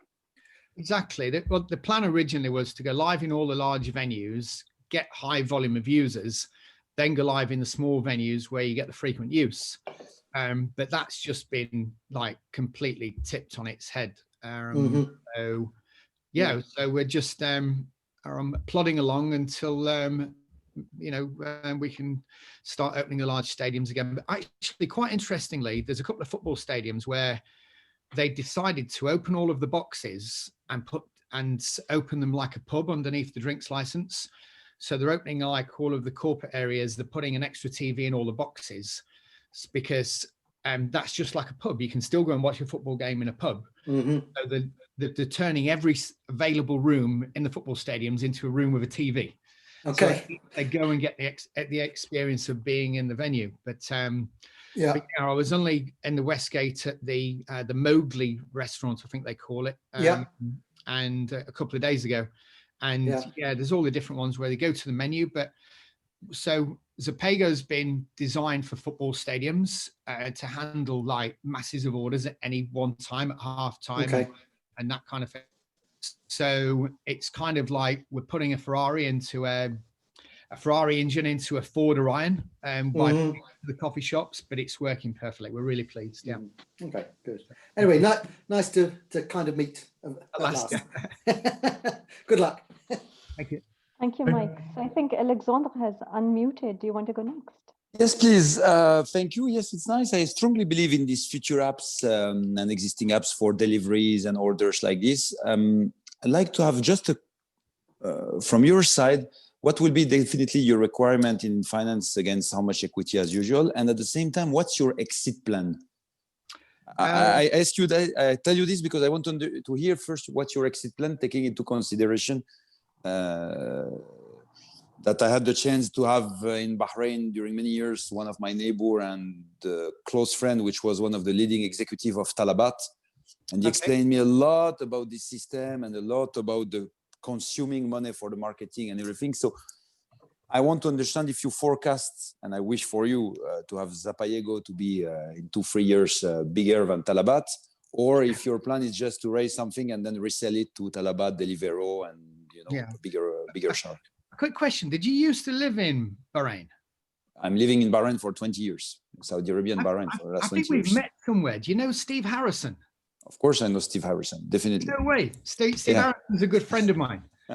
So you see, some world is small, Yeah. So Steve Harrison's a good friend of mine. The last time I was there was for the 2008 Grand Prix, and we were actually invited by the Crown Prince there. And I'm pretty sure, for some reason, when I first saw your face, I feel like I've met you somewhere. I've spent quite a few weeks there in the past over the years. But especially Bahrain, it's not like our friends here from Dubai. Bahrain is a small island, 7 by 7. Yeah. Is it not in the jockey club, maybe in the hotel at the top of the Capital Club? Yeah. Sure. I'm one of the founding member of the Capital Club, and I was board member also. There we go. Next time you see Steve, say hi to me, because I think. And compared to you guys, in Dubai, you have Capital Club, Soho Club, and many in Bahrain, we have only Capital Club. Final point. So that's the cathedral, everybody meets there. So small world. So your question, what are we going to do about exit? Exactly. I just plan to make it great, and then we can do whatever we want to do with it. We've already been offered to buy the company probably 1, 2, 3, 4 times over the last couple of years. Okay. And the opportunity is that huge. We just want to make it great. We've got so many countries that we can launch in. That our biggest deal is with Tata. So if you Google TCS and Zapayego, it'll come up with their press release, which we just made over the last few days. Okay. And Tata we've built a global rewards platform with them, and they want to launch us and introduce us to all of the relevant clients in over 200 countries. So we're really excited about that one. And my idea, if I had the moon on a stick, or if I could wave a magic wand, I'd probably build it up into a huge business over the next few years, and then maybe sell the rights or part of the rights to a certain area of the world, fill my boots, but then carry on watching it grow. Because once you've got a certain amount of money, you can only drive a car with 4 wheels. You can only, sleep in a bed with 4 legs. So I see it as a business that can just continue to grow. And I think the biggest period of growth will be from like years 3 to 10, not in the immediate future. Okay, because I would like, even of course later on, if we can have this side conversation, because from an investor perspective, your exit has a big impact. Of course, because selling a story to investors that you are building something like this, and you need funds to raise it internationally, and within 2-3 years to resell it with a premium and a high premium to a big shark, this is something super attractive. While vice versa, I wanted to develop it by yourself and being an international giant. Yeah. Again, I wish for you, but I recall the numbers that I got from this guy from Talabat. Like, for example, in the marketing, Talabat is where they are today. Every time you click YouTube, blah, blah, blah, you have the video clip of Talabat. He told me we are paying $25,000 a day in marketing. Yes. Which is big, which is consuming, in fact, 38% of Talabat revenues. Yeah. So they bet on it. This is a bet that they made from the beginning to say, okay, this is where we want to go. But if you look at the balance sheet of Talabat, the profit is not so big versus the revenues, because they have this burden of 38%, which goes into the marketing. Yeah. So what we've done on the marketing side, we've tried to plan it so that we're working more from like an affiliate marketing point of view. So, for instance, the EPOS system that we've got the exclusive integration with, and we've also got a partnership with a company in the UK, and they have 7 million visitors alone in their own venues. but their market database reach is 41 million people within a 4-hour drive of Birmingham. So if you draw a circle around Birmingham within 4 hours, that pretty much covers 2/3 of the country's population. And that company is going to be promoting Zepego heavily to all of their customers and saying, hey, download Zepego, ready for next time you come to one of our events. If you've not already got an event ticket, download Zepego anyway, because your user ID and your order numbers will go into prize draws every week to win concert, exhibition, and event tickets. So they're going to be promoting Zepego to all of their existing customers because they know that Zepego will increase their revenue streams. So, and the same with the football clubs, because we're a product which if you're a pub and you get everybody using Zepego, your revenues will go up. So it's in the interest of the pub to promote the app. We don't have to do it. Okay. So it's not like an Uber or a Just Eats where they're spending tens of millions of pounds every quarter on advertising. We're going to let our customers do that for us. Okay, so, thank you. I don't want to monopolize the conversation, but just, yes, we'll need to have this conversation because raising money for an exit in 3 years makes perfect sense. Sense. Yeah, absolutely. So anything before 3 years, I'll be the guy that's buying it out. 3 years onwards, got an open mind. But on a final note, we've got lots of venues in France lined up as well. Okay. Thank you very much. Thank you very much, Elliot.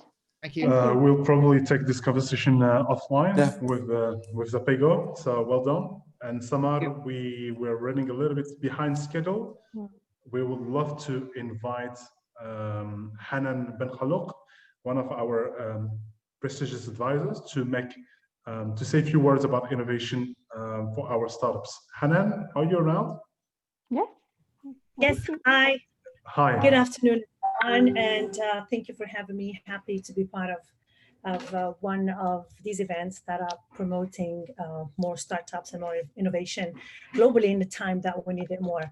So my name is Hanan Ben Khalouk. I'm the founder and executive director of Sustained Leadership Consultancies, and we really focus on bringing innovation as a mindset and cultures in the corporate world. This need or this solution was triggered by a position that I had in 2008 at the foundation of His Highness Sheikh Mohammed bin Rashid Al Maktoum, when I was managing innovation entrepreneurship across the Arab world. And what we found out through the studies that we run across the region is that we still are lacking that value creation, and that innovation is still not really understood.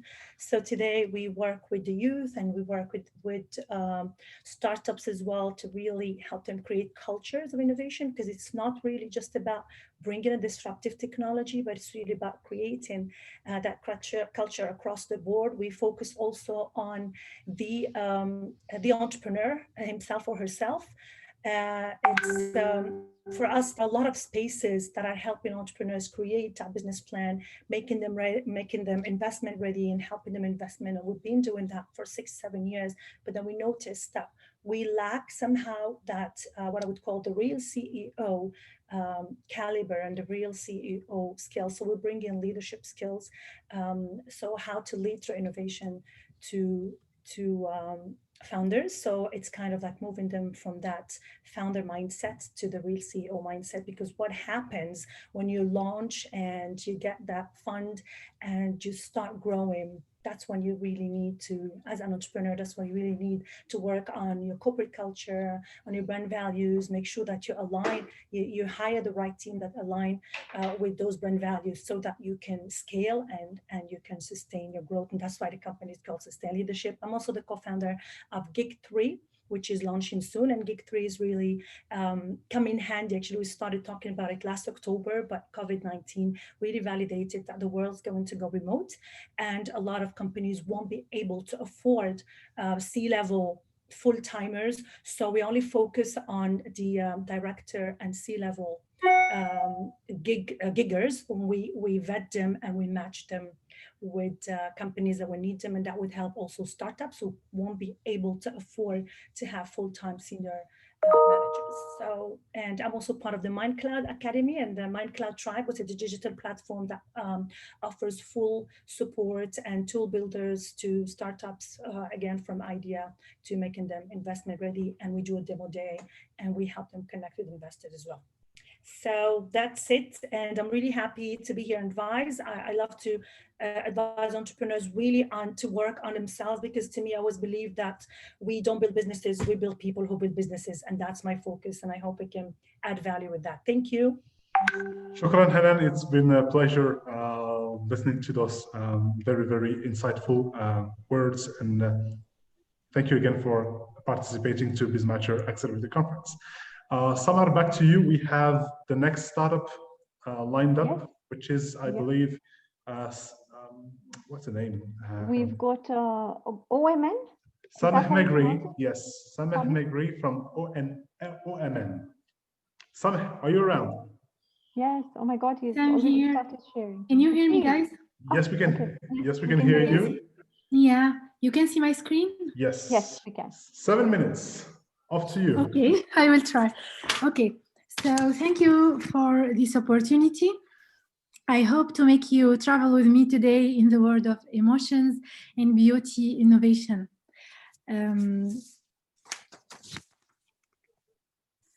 So I will start by presenting myself. I'm the founder. My name is Dr. Sameh Megri. I'm the founder of Oh My Note. Oh My Note is a deep startup incubated in Villa Paris Première in Paris. I'm the chair of HEC Perfume and Cosmetics Club. So the club counts more than 60,000 alumni around the world. I'm a mentor at Startup Bootcamp Fashion Tech in Milan. So I intervene and help to evaluate startups from technical side in artificial intelligence, to be more precise. I hold a PhD in computer vision and artificial intelligence from Paris Diderot and Galilei Institute. And I'm an expert in digital transformation, graduated from HEC also. Finally, I created WeHats in 2017.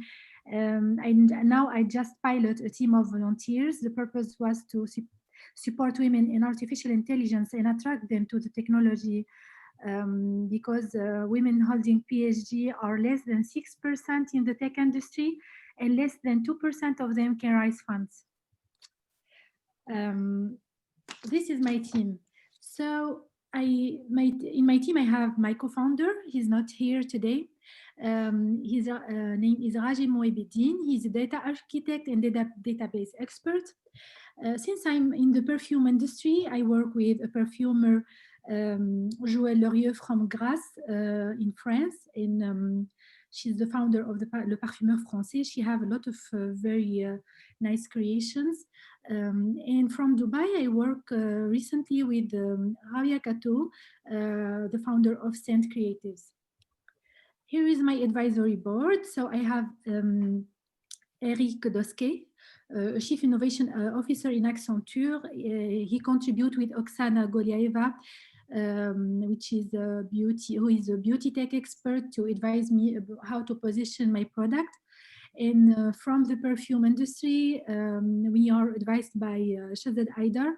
He's the chairman of Fragrance Foundation Arabia. Actually, he's focused on niche fragrance, and he's based in between Dubai and Los Angeles in California. So before I speak about the context and run on my slides, I just want to take 1 minute to speak about the story behind Oh My Note. So it's a personal story, actually. I was born in North Africa, and my father was military and working in the Sea Force. I spent all my childhood smelling and playing around jasmine trees in the blue Mediterranean Sea. In 1990, and after some political changes, we get forced, all of us, to quit our house and get back to Paris. It was very quick, and I couldn't even say goodbye. I was very young to understand things. In 2016, I met with a fragrance creator by coincidence, who told me that he can design personalized fragrance for me. I said yes to the idea, so he designed a sample and asked me if I can smell and give him my feedback. When I smelled, I don't know how or why, I suddenly find myself kid, like in 1990, playing there, and I started remembering so many things. So it was for me very shocking because I didn't know that all these images exist actually in my memory, and I was asking myself, how can we reach our memories, our feelings via smelling? Then I started learning the scientific relationship between smell and memories, and discovered actually that the purpose of fragrance initially is to trigger an emotion. So perfumes are created to convey a vast array of positive emotions, from desire to power, vitality, relaxation, well-being, so many emotions. So I have done many studies in the market to see if we have this link between the origin of the creation of perfume and what we have already in the market. And with more than 50,000 fragrances in the market, consumers struggle to find the scent they need. They think that there are so many problems, and the numbers are like not good. I classified these problems into three main classes. An oversaturated market, so many products we don't know how to choose for the retailers. Frustrated consumers, so the consumers online, they don't know how to choose the perfume if we focus on e-commerce. And also we have millennials and Generation Z, they are turning away from fragrance. Why I speak about millennials and Generation Z? Because today they represent 30% of the purchasing market. In 5 years, they will exceed 60%. And the experience seekers, so many people want new experience, immersive experiences in fragrance. So today we have so many solutions, applications that, for example, analyze your skin and provide you with the best selection of products that matches with your skin. But we don't have anything similar or anything in fragrance, because fragrance is very personal and touches a lot emotion. So here today I come to present the solution. So my solution is a multimodal artificial intelligence algorithm based on emotion AI. Why I speak about emotion AI? Because it's a field of artificial intelligence that interprets and decodes our emotions. Why it's a multimodal? Because it can capture different types of data to build an emotional profile for you as a consumer, and then provide you with the smells that you will need your psychology require today. So we submitted the patent recently of this product, and my purpose is to reinvent and revolutionize, the customer experience, in the fragrance perceptions and design. In one sentence, I want to be a customer-centric and put the customer and the emotion back at the heart of the fragrance experience with 3 products. So I will go through a demo to explain a little bit more, because we launched since 3 weeks the beta version. I'm sorry, it's in French. So the customer will connect, for example, and he will register a story like an Instagram story or a Snapchat story, an audio story, a text story, for example. He can choose whatever the language, because the algorithm can understand all the languages. And then we will try to build an emotional profile for the customer and provide him with ingredients. We believe that not all the customers knows what is existing in the products. Then we can provide the customer with the products. He can, the ingredients, he can choose, validate, and we can orient him for the existing product in the market actually, or we can just link him with a fragrance creator to design a unique fragrance for him. Sorry. The second product is called Advanced Analytics, ADA. So I gather all this data I capture from my clients and provide it to perfumers to give perfumers an idea about what's going on in real time everywhere in the world about any new creation of fragrance. So the second, this is the second product. And the third product is the link between fragrance creators and customers. So we believe after COVID, this will facilitate the visibility of the professional within the market, and also facilitate the link between him and the customer. So this is our business model. So it's a little bit big, but I summarized it in the total income of our 3 licenses that we are we will sell. And for our financing requirements, we need 750 for investment and 20% of equity. So this amount will go for the marketing and expanding the teams, and also to work on the patent, because it's we want to make it international. Thank you, guys. Okay, thank you very much. Thank you. All righty, questions? Merci, Sameh from Paris. Thank you. How many minutes?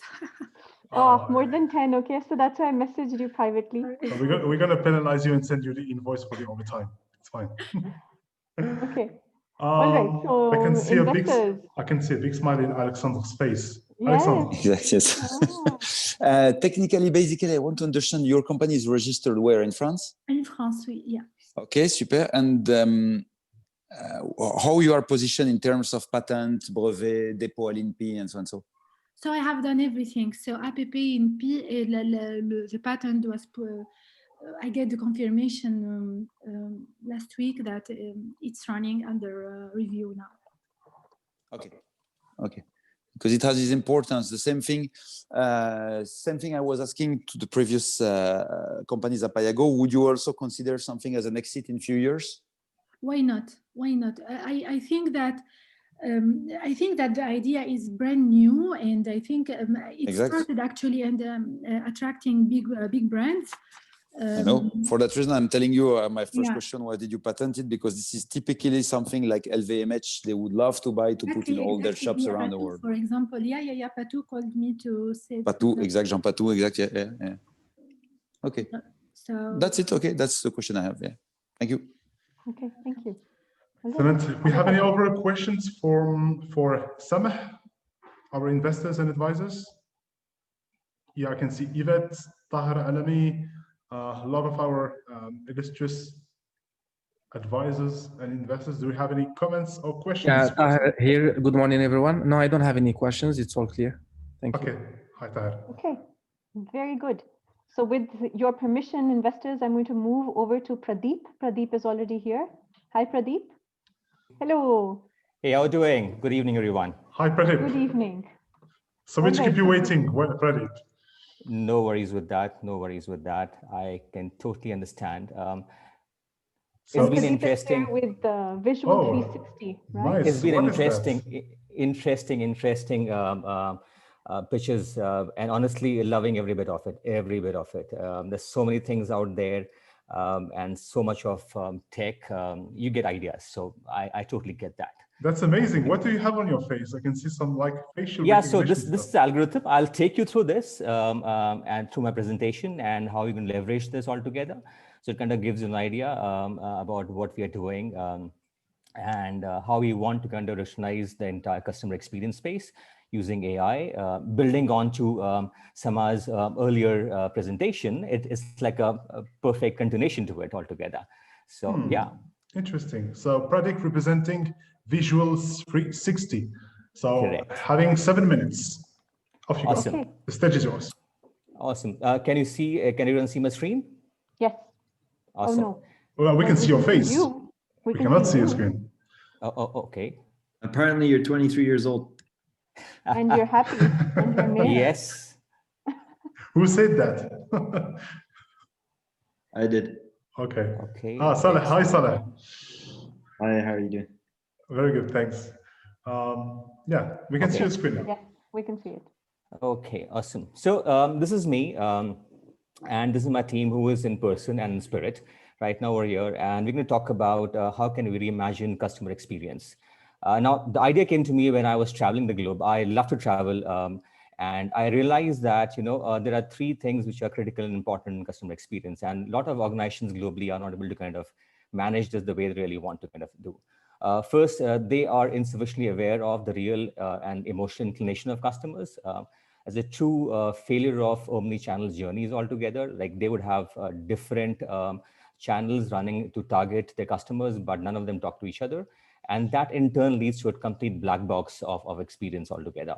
So what we want to do now is to build, extract emotional loyalty out of customers, because most of the time is more of transactional loyalty you get to see. I go swipe credit card, I know exactly you're a loyalty customer or you're not a loyalty customer, you're a new customer, returning customer, but then that is it, nothing beyond that. What we want to equip our clients is to kind of connect with their customers at emotional levels across all mediums, convert transactional loyalty, emotional loyalty, and finally revolutionize the entire customer experience through emotional omni-channel. How we do that is through our product ecosystem. We got 5 products out there, and all of them are pure play AI product run on B2B model, powered by edge and cloud technology. It goes to the first one talks about how you recognize facial recognition, look at measuring in-store behavior, goes to in-store augmented experience, gives organization the power to run targeted ad campaigns, moves to online, where we have a chatbot, which is socio-culturally intelligent conversational chatbot, and finally create an ecosystem or a data or a customer data system, which can look at the entire data which is collected through all these products and eventually take insights out of that. And we found that the most interesting thing was that with our competitors, we have 5 distinct advantages that we have. First, we give the power to the organization to connect real time with the real emotions of customers. It's a single source of truth for all the customers across all different channels that they have. You can connect with the customers real time. So decision making does not happen can move from a regional level to a store level, and they can actually turn around and make ad campaigns on the fly. It comes with a high level of data security, and I'm very sure there'll be a lot of question about GDPR. We have figured that thing out on that, and that's the reason why we talk about high-level data security. And finally, it is a true omni-channel. It kind of connects both online and in-store experience. Currently, it does not happen. Either it is online or it is in-store, and we're trying to combine all together into one product that we have. When we built the product, we thought, let's go and test it out. So we were featured in AI Everything Expo 2019 last year. We had our own startup pod. We had close to around 2,000 visitors who came into our product pod, and they experienced the product. The product ran for 3 days continuously, beautifully well. We are going again there next year, 2021, March we'll be again featured in AI Everything. And that leads to our main question, like where we are right now. So our products are ready. We are looking at, we have taken we looked at pandemic to kind of build an entire ecosystem. So we did not sit down and thought that what is going to happen next. We said, okay, let's build the entire ecosystem, make it better, make it 100%. And the product is ready now. We are out there.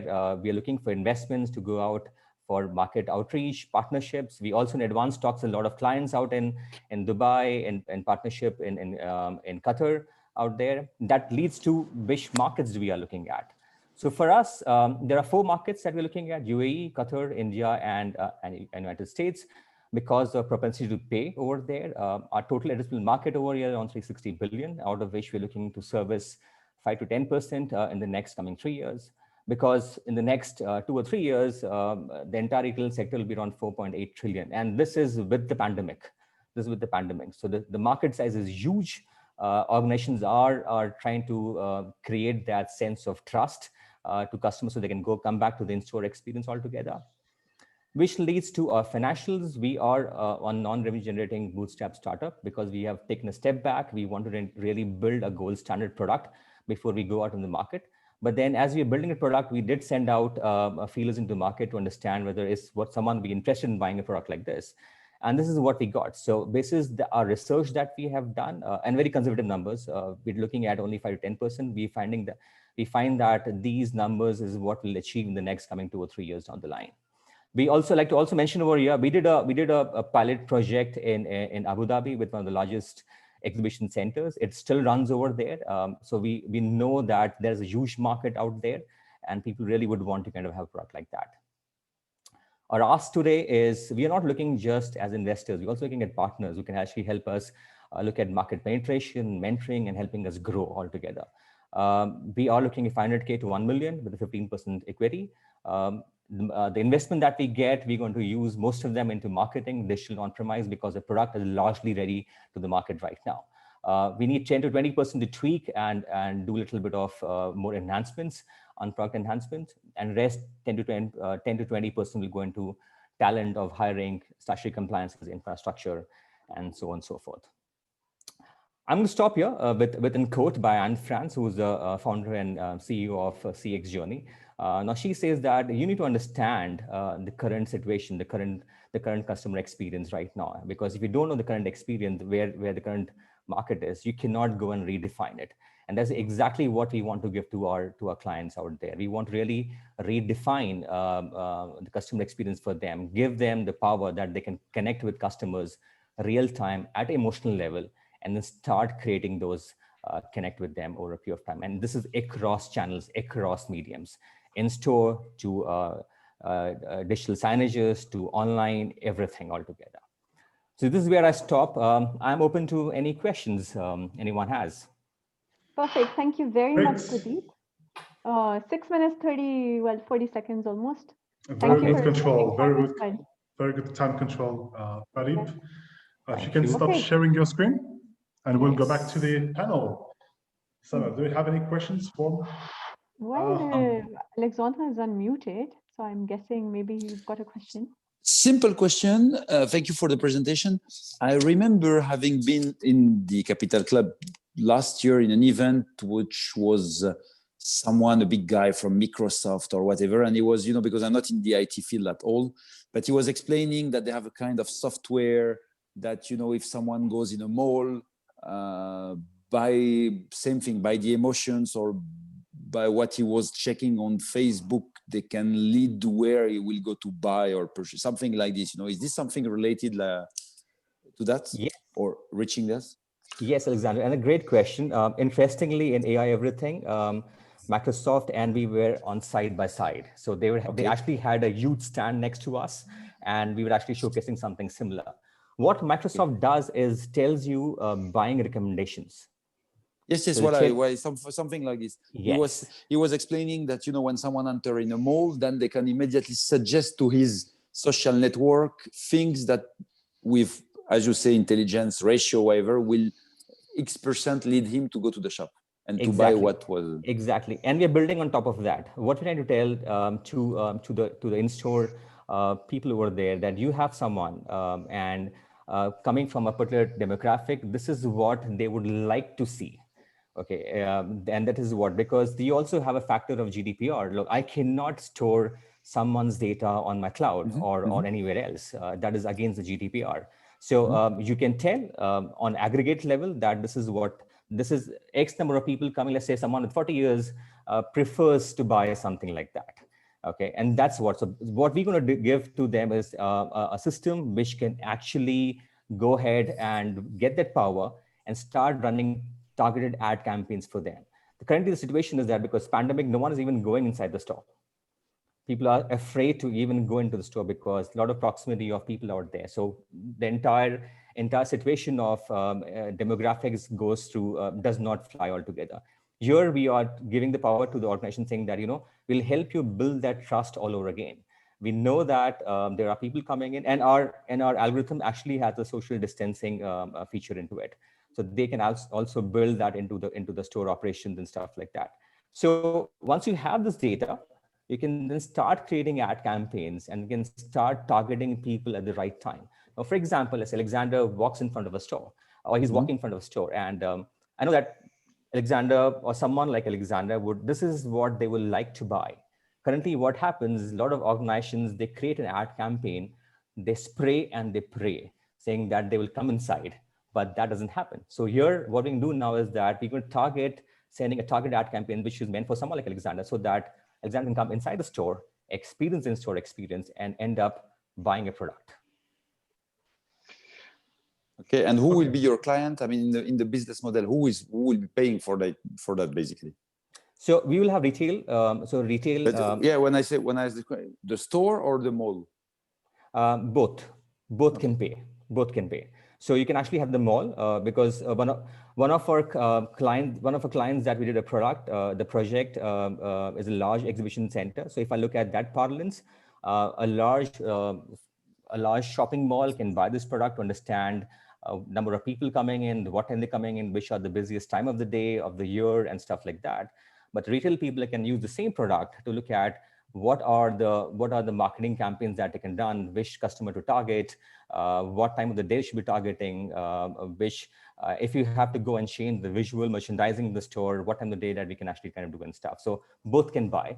Besides that, you can also, our product is fungible. So you can actually look at hospitality and as well as other areas where they can, which is much more customer facing rather than behind the web browser. Okay, last question. It's already existing, running, operating? Yes. And revenues or no revenues? So we are not generating revenues right now. You know, generating. So we have. I was asking this question because then your request of 1 million for 15% is that you are making the valuation of the company at 5, 6, 7. You know. Yes. Yes. It's big. It is big, and we also look at the propensity because we also know that the market size is huge over there.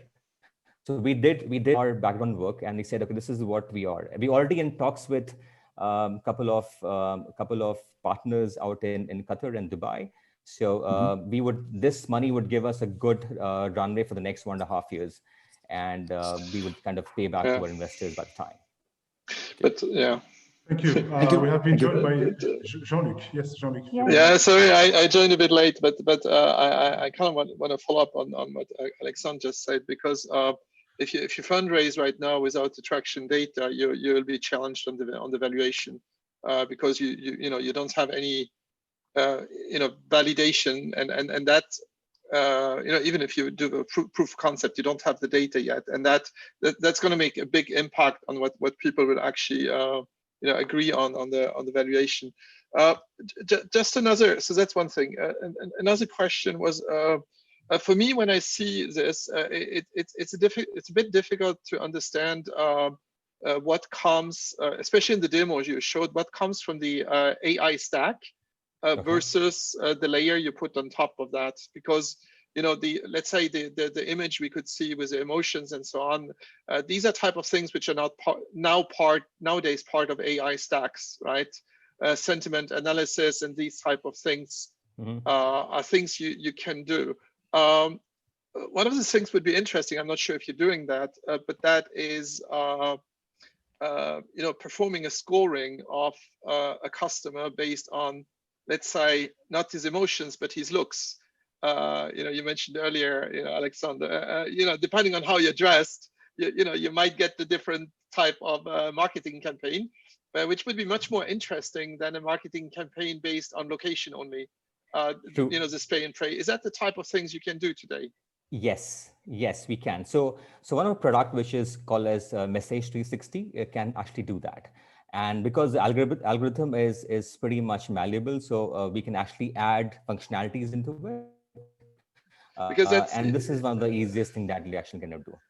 Yeah, because actually, typically a salesperson in a retail store, first things they look is your clothes and your shoes. So if you can do that automatically, then I have a much better hit rate on the campaigns. True. But again, that's a double-edged sword, because sometimes some of us would not be that impeccably dressed, but they'll end up running up the bill, which is like a few $1,000s here and there. So it's I would not go by that, but then it is possible. But it's just that our intent is to kind of target that ad campaign so that they come inside the store, because till time they're just walking by, there's no sales. Once they come inside, yes, I'm sure they'll end up buying something. Great. Okay, thank you very much. Thank you, Pradeep. Thank you. Well Round done. of applause for Pradeep.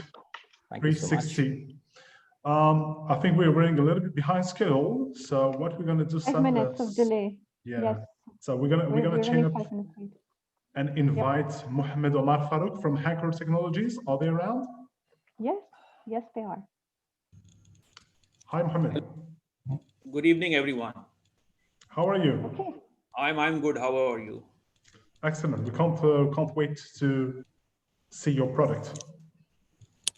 Okay. Can you share your screen? Yeah, I'm sharing the screen.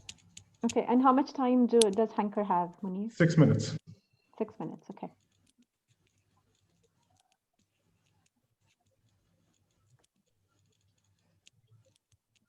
Let's go. So everyone, my name is Mohammed Omar Farouk. I'm the founder and CEO of Hanker Technologies. So Hanker is an aggregator for retail and consumer business. We started from Pakistan last year. Until date, we have grown to 18 clients and 154 locations in Pakistan. So what Hanker has, the problem identified by Hanker is retailer and consumer business possess absolutely no customer data and insight to offer product services according to the customer profile, need, inclination, choice, and demand. In Pakistan, especially, all the retailers are deciding and taking their decision making on the basis of sale receipt. So what are the pain points retailer and consumer businesses are facing in Pakistan? They have no visibility insight about individual customer.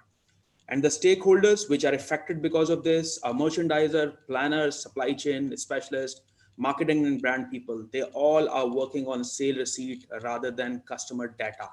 So the main pain points they have is they have no consumer insights. They can't focus, they can't have focused merchandising according to customer demand, and they can't offer marketing and other solution according to the customer requirement. So what we are offering, the solution we have, we are not only gathering customer data, but we are offering simultaneously solution to the retail and consumer business in Pakistan, which is like 360-degree solutions. What offerings we have? Through one platform, we are giving 360-degree business vertical data collection and solution points. And the offerings we have is, we have integrated e-commerce platform. Over 80 plus online businesses are integrated with our platform. We have purchase receipt, which is integrated with point of sale system. We have loyalty program. We have advertisement, focus advertisement backed by big data and artificial intelligence. We have exclusive discount and offer scheme, which is not generic. It's all based on customer trends. We have Hanker Pay Wallet, an approved central bank payment gateway, which is linked with the receipt. Digital record management and what's trending. It's a trending module which influences consumers. So what Hanker is doing in one sentence, Hanker is a consumer-focused platform that transforms consumer experience and interaction for business with the help of data and artificial intelligence. We collect and transform retail consumer information into meaningful analytics, knowledge, and support business to take effective decision-making based on data. What's the hook we have about the Pakistani market? Because we started from Pakistan. Pakistan is a population of 220 million plus, where $18 billion is the retail market size and 80 plus million smartphone users. According to Eurometer, this market is growing by 8.2%. And according to Bloomberg, the retail market in Pakistan is going to be 1 million retail outlets by 2021. And 2/3 of the population are under age of 30 years. That's an incredible number, which are using smartphones. What's the business model we have? We have a business model of business to consumer. We engage consumer businesses, we engage retailer, and from that, we entice their customers. That's the business model we have. So it's a competitive landscape in Pakistan. In Pakistan, there are various companies who are offering different verticals of retail. There's a company, Fori Mazduri, which are focused on worker providing household services. Super Tasker is a professional service provider platform. Go Lutlo is a generic discount platform, which is offering all sort of generic discount. And Easy Paisa is one of the largest fintech company in Pakistan. Through Hanker, we are combining all this over one platform. So the consumer have ease to buy from stores or from e-commerce on the from one platform. And we are capturing customer footprints and helping companies to build their merchandising plan, to build their sales planning, to build their markdown plans on the basis of data. So What sort of benefit Hanker is offering? Data analytics for organic sales growth, operational optimization through big data and artificial intelligence, merchandising offering, unit level consumer insight, each and every consumer level insight, customize and exclusive targeted discount, customer focused alternate marketing channel, especially after pandemic. The companies are very keen on optimizing their marketing spend. Secured and most convenient hassle-free digital payment solution. We are a very robust digital payment solution in Pakistan. Only 3% people are using digital platform for making payments. The way we have built the platform, it's very easy, and we are hoping to increase the percentage. Rewards and loyalty program with cross redemption. You can buy from one platform, one company, and you can spend your loyalty program to other company. And vendor portal with BI dashboard. So it's a live dashboard. Any business, any company can see the dashboard live at any time. What is the sale process? So our major focus is on business development, as we are enticing and targeting consumer businesses and retailers. So 60% of the business is going to be through business development, 15% through deal, 10% through collaboration, and 15% through lead. We already signed with Retail Pro, which is one of the largest point of sale system across the globe as a partner. We have signed with one of the largest fintech company in Pakistan as a payment gateway partner. We are 50% partner with them. This is about the team. I'm the founder. I have 19 years of experience of the market locally and internationally. My co-founder Saqib has 19 years of experience. Yamin is our strategic retail partner, possess over 25 years of retail experience. And Yasir Farooq is working in Canada as a retail manager for one of the largest grocery chain. We are the team, the core team, having 100+ years of experience, worked for Outfitters, Oracle, PwC, locally and internationally. This is the financial model we have. So from the revenues, we are a revenue generating companies. We are in revenues. We started commercial operation 3 months back. We already locked 18 clients, and we are generating revenue from all the clients. So the target we have is from first year, we are targeting 0.5 million subscriber to 10 million subscriber in 5 years. Growth in revenues from first year to $27,000 to $21 million in 5th year. And likewise for clients, mean retail and consumer businesses. First year, we are targeting 10 clients, and 5th year, we are targeting 400 clients with 10,000 retail and convenience store in Pakistan. This is the profit and loss account we have. So I brief you about the revenues, the expenses, and the bottom line is in first year, we are in minus, we are in loss because we are heavily spending on marketing. But in 5th year, the profit is going to be $19.1 million US. So from loss to a huge profit in 5th year. What we are asking $0.5 million US to $1.2 million US. Against that, we are offering 15 to 25% shareholding. 40% of the revenue of the investment will go for marketing and commercial expansion. 40% will be utilized for working capital, and 20% for capital expenditure. That's all. Thank you very much for hearing me. If you have any question, please ask. Thank you very much, Omar. Bravo and well done. Thank so you. Omar also hails from Pakistan, right? So super exciting to see you here.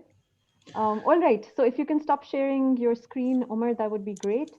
So we can ask people for their questions. Yes, who has questions? Can you stop sharing your screen? Thank you. Yeah, I've done that. Sure. Anyone, questions, anyone? Advisors, investors? Jean-Luc, Alexandre? Okay. Basically, you know, it's part of the application. I mean, if you could just explain me clearly, practically, what's the purpose of this application? I didn't get it, you know. So what's the use? What's the use on the daily life? What's the objective? I mean, you know, that's what I didn't get it. Maybe it was too much like super. So the basic purpose of the application is to provide one platform where consumer can buy from convenience stores, bricks and mortar store, and online from one platform. We are connecting all e-commerce businesses and store businesses from one platform. The basic point is to capture consumer data. In Pakistan, retail businesses are working on sale receipt rather than consumer data. They have no insight about the consumer trend, consumer buying habits, consumer inclination. They are offering markdown, they are offering marketing generic. So we will be capturing consumer data and offering solution based on that data. The solution we have is, we have marketing vertical, we have discount vertical, we have payment module, we have loyalty program, and we have integrated purchase receipt module. Okay, the solution for whom? For the clients or for the shop? For the consumers, for retailer, and they can engage their client with on the basis of the solution. Okay, thank you. Okay, Jean-Luc? Jean-Luc, maybe? So actually, since you presented some revenue data, I was keen to drill in a bit more on that part. I mean, if I understood it right, you explained you're acting as an aggregator, right, toward the other e-commerce platforms, right? Now, which means basically that for you to make revenues, you basically you get paid for the leads, right? Or you get lower prices. No, we will be paid for the solution we are offering. Yeah, but how do you get your revenue from the sale is still going to be done through the other platform, right? The sale is going to be to other platform, but for like for marketing solutions, for offering, for discounts, for payment gateway, everything will be from our platform. Only sales is going to be the third-party platform. We will be capturing data from that sales and offering solutions. Okay, so how is the so what is the average let's say revenue per customer or lifetime value per customer so far based on your estimate, and also what is the customer acquisition cost? So we are working on two streams. One is the monthly subscription, and the second is per transaction charges. For monthly subscription, we are charging $1,000 per customers. It's all depend on the number of stores. So the minimum cost we are charging is $40 per store, and the maximum number of branches we have from one client is 40. The largest client we have is 40 branches. For per transaction basis, for payment gateway, we are charging MDR charges, and for marketing and discount, we are charging on per transaction basis, per impression basis, actually. Okay. Yeah. But in order to so that's on the revenue side, so that's clear. But how about the customer acquisition side?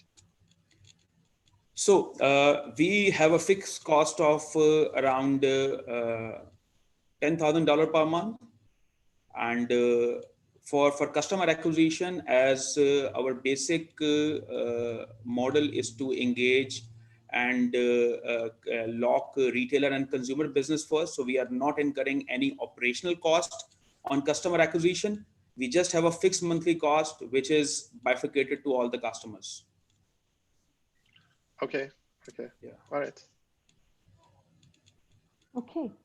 There's a comment also from Yvette in the chat. She's asking, can you explain the 40% working capital with respect to use of funds? So majority will go to the salaries and maintenance expenses. Okay, Yvette, does that answer your question? Okay. Are there any other questions? Not at the moment. Jean-Luc, you want to say something? I'm just thinking about that last comment.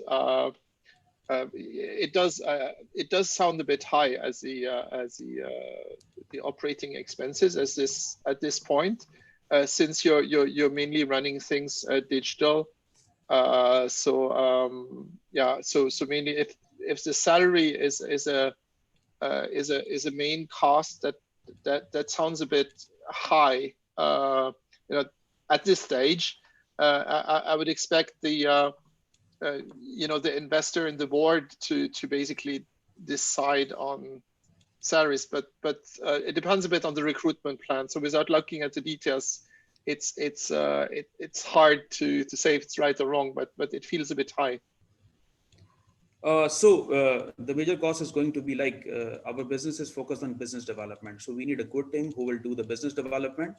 And simultaneously, the model we have is, as we are a big data and artificial intelligence platform, so we need good resources for BI that will do analytics and different reporting for the customers.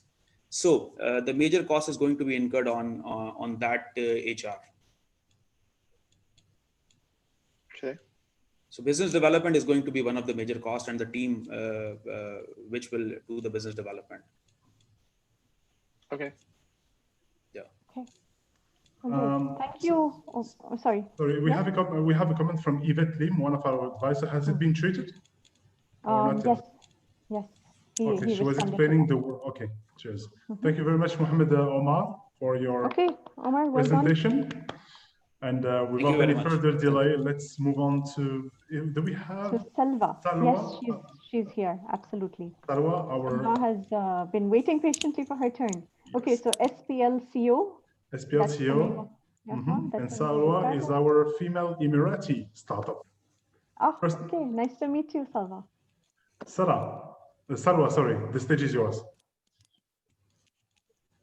We cannot hear you, Salwa. And we cannot see you either. No. Okay, we hear you. Salwa, can you say something? Hi, do you hear me? Yes, now we can. I cannot turn the video on. I think maybe I'm off. Yeah, we saw you, first for a quick second, it showed up and now it's vanished again. No, we have to start video camera. So unfortunately. Yeah. Screen sharing? Yes. Do you see my screen? Not yet. Not yet. I shared it.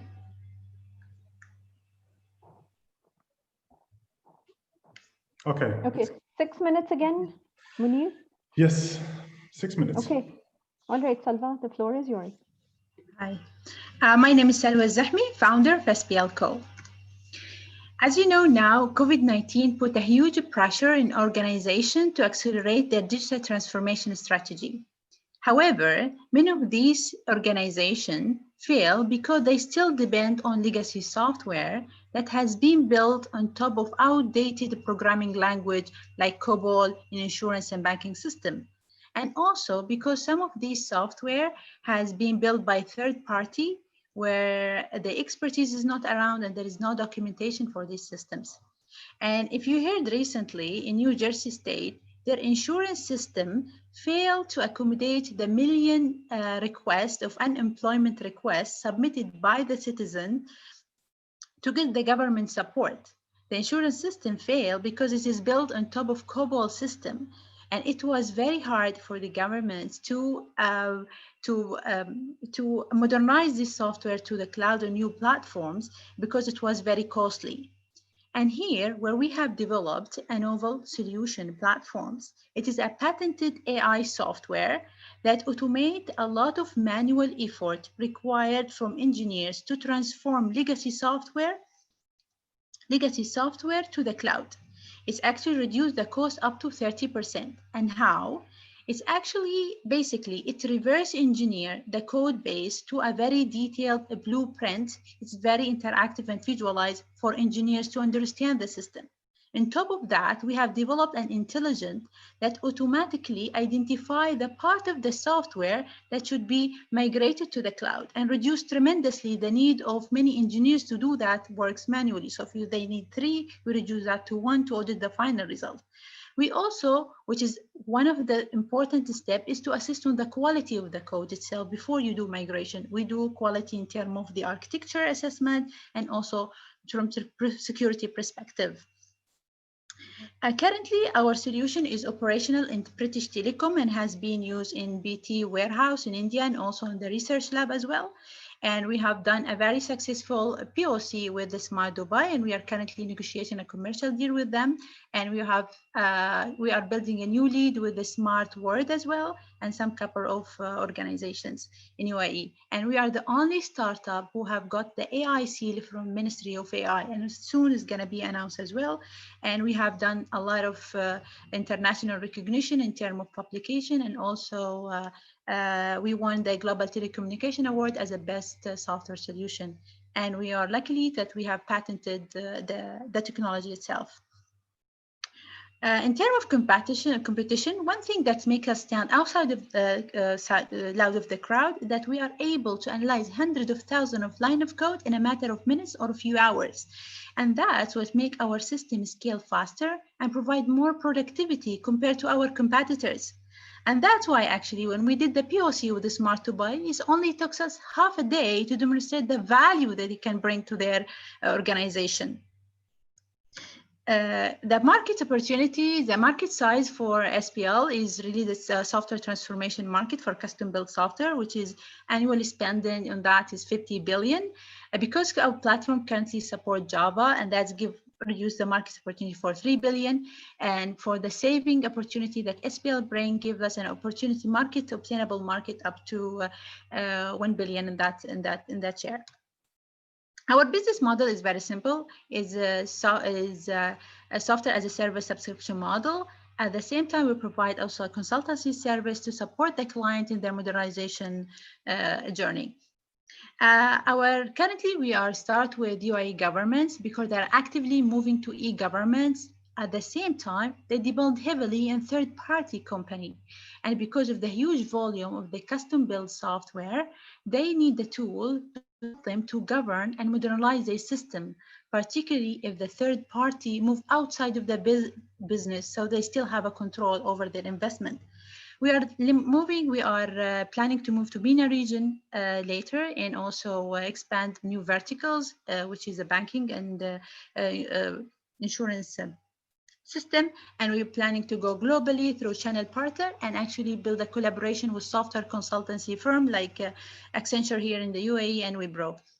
Our team is very strong and we have more of over 100 years of combined experience in ICT. And I myself have more than 13 years of experience in software engineering and also AI and deep learning.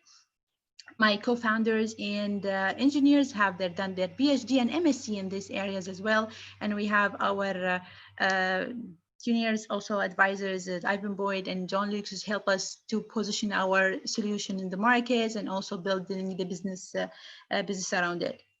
And now is actually the investment opportunity for you. We are looking for investment to help us to extend our customer base. So we believe with 400,000 K, we'll be able to reach to 8 customers and achieve a revenue up to $400,000. And that's over 12 years of 12 months. And that money will help us to cover also our cost. And we are planning to go in the second round of funding on higher valuation to reach to more customers and also achieve our milestone development. Most of the investment will go particularly to support the current deployments with the customers and also provide the line support and grow our sale line by extending the marketing and digital marketing and sale part of that. Thank you very much. If you have any questions, please let me know. Okay, thank you very, very much. Just a little over 6 minutes, so thank you for respecting time. Okay, Mike has unmuted. So Mike, do you have any questions? And Salva, if I could request you to close your... Yes, yeah. So I wrote COBOL back in the 80s. The last language I wrote. So what are you doing? Are you actually taking the source code or are you taking the compiled code? Do you produce emulators or what's your actual process? We actually taking the source code itself. Currently, we're taking the source code, but in the future, we are planning to go to the binary code as well. Okay, okay. Have you considered the emulator? You can plug. We have multiple API to plug your code. So either get or upload an FTP. So they have to plug that in our system. Then our engine will automatically start parsing the code. And it doesn't take a single project. It can take a family of a project and analyze them simultaneously. And we are not IDE based. Like it can run, our platform is web based. So our parser run outside the IDE, like not inside Eclipse or IDEA, which is make it very unique. And this is what BTs make it very attractive, see it as very attractive, because even the project managers and like all the people who working on the project, they can see the whole documentations in one single place across. Have you compared your process with emulating hardware? Not yet. Yeah. No. Okay. Would be an interesting comparison to do. So, okay. And when you talk about projects, are these sort of one-time projects, or is this recurring project in terms of your customers? So do you get a specific contract, or is it an ongoing large development, or what's a typical contract look like? It is the contract is going to be like in subscriptions. So we have a subscription model. So you go for a first year, and you could go for the basic feature or a premium feature. And because of subscription, that after a year you will got the new features added to your platform that you have bought from the first year. Okay, but if you're porting code, is that generally not a one-time, one-off project? It's different, because if you port actually the project across multiple lifetime, if you're release, right, and the code is going to be evolving. So each time you got a new release, stable release, you need to run SPL. So it's going to capture the new documentations and new assessment on the quality. So it's really going on through, it's not even to use SPL for transformation itself, it's for software maintenance as well.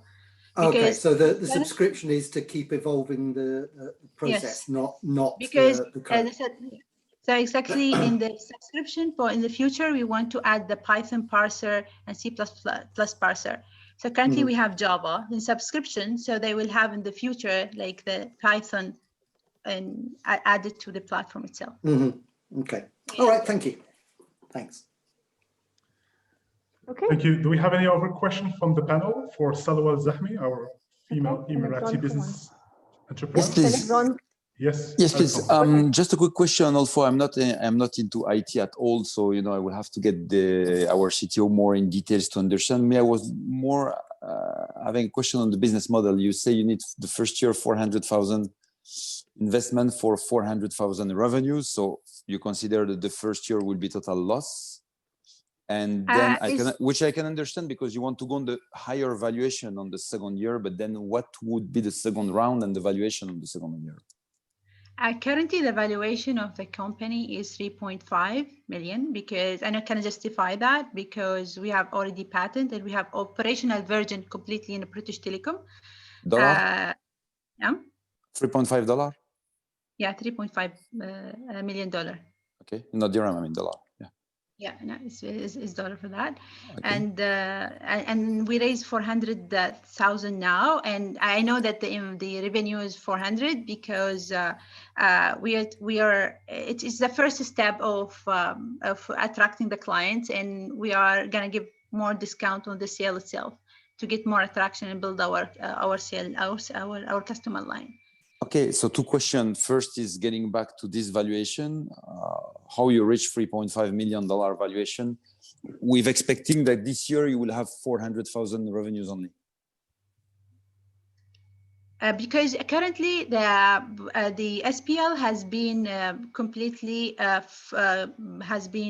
financed by Iptic Research Center, which is joined between Etisalat and British Telecom, and they spent around 6 million dirham on this project for over the 4 years.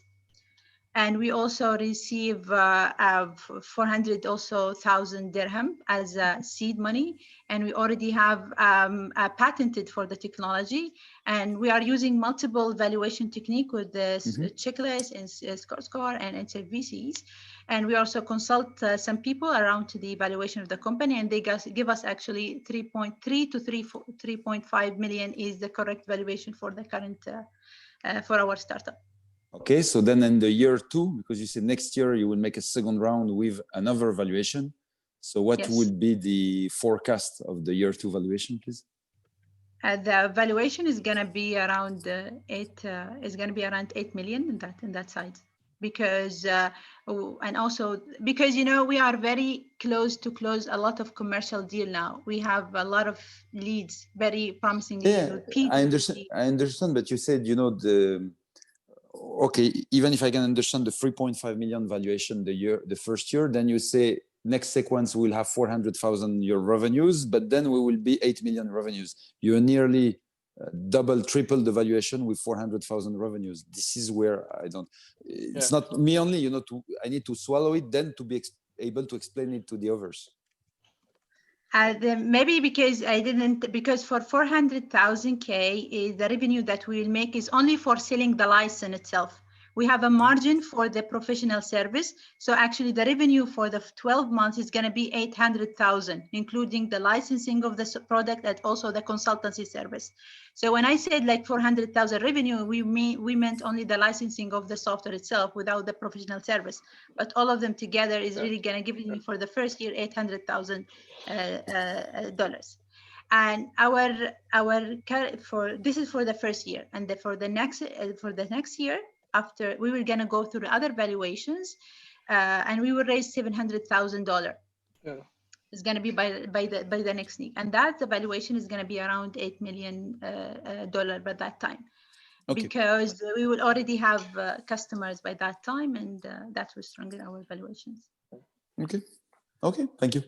Thank you.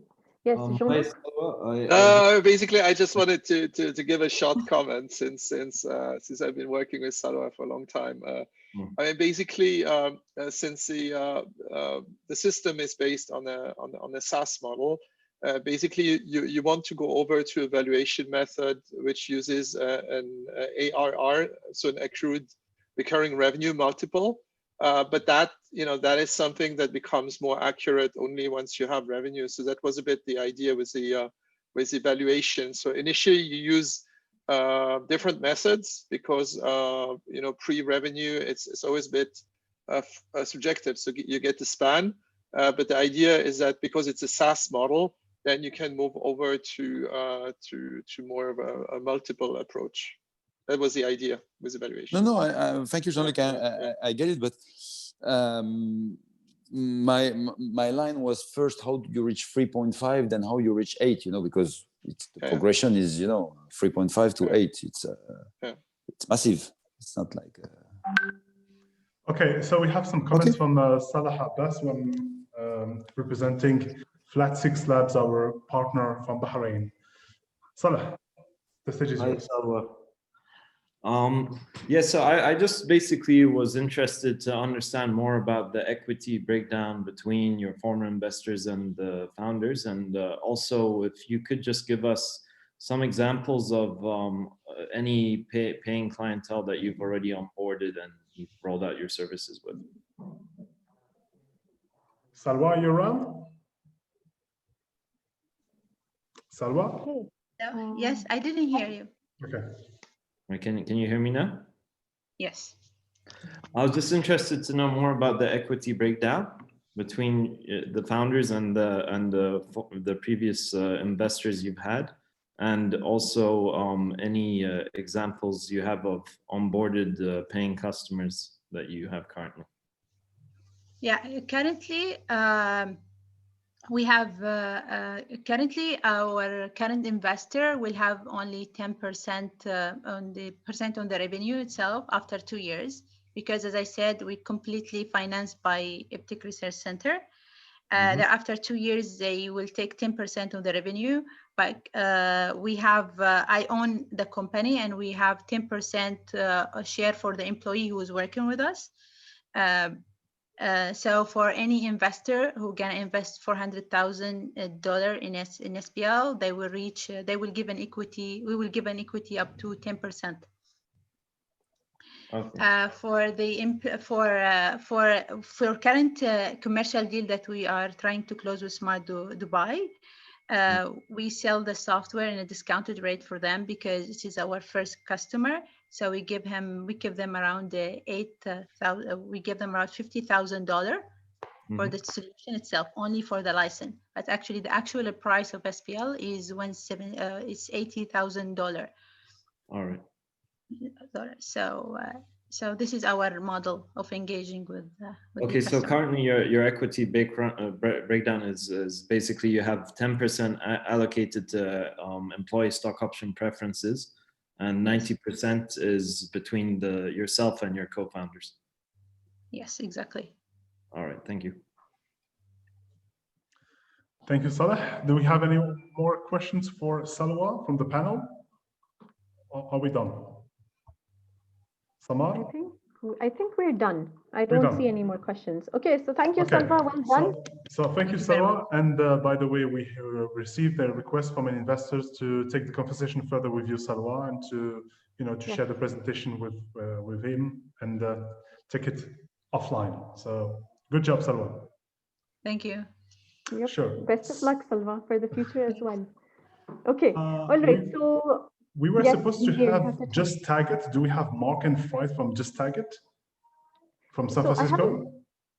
No. So I was looking for Fareed Khan, right? So not at the moment. So we have contacted them recently to join, but for the time being, what we can do, we can continue with Jingle Pay. Just so we have Rafael Tiberio from Jingle. Yes, exactly. Jingle Pay was earlier in the order. So if you want to have Jingle Pay first.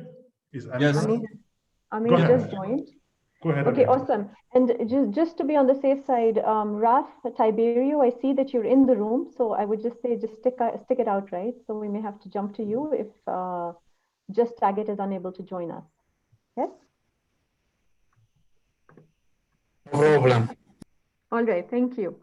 Okay, so we've got Amir and he's going to be talking about Jingle Pay. Yes. Sure, it's my pleasure. First of all, Munir, Samar, nice to meet you. Munir, thanks for having us over here. It's a pleasure always. Likewise. Okay, are you able to share your screen? Yes, 1 second. Okay. And 6 minutes, Munir? No, 1 minute. Only 1 minute. Okay. Joking. So yeah. So he's a pro, startup, right? Pro at pitching?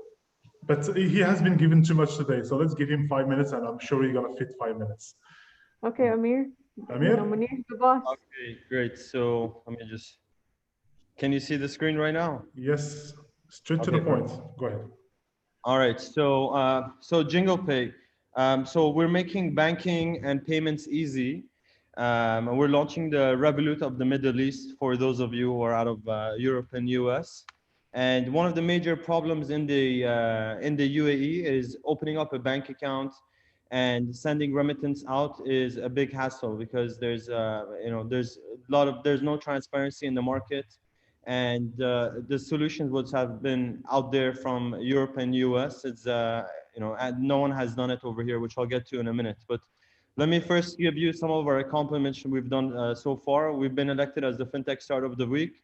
As you can see over here, there's a lot of different press we've been covered in. We're part of the Visa FinTech Fast Track program, and we received support from them as well. We did the first partnership in the Middle East with TransferWise. For those of you who know the top neobanks in the world, like N26, Monzo, Bunk, all of them, they do their exchange and remittance with TransferWise. So we applied the same model.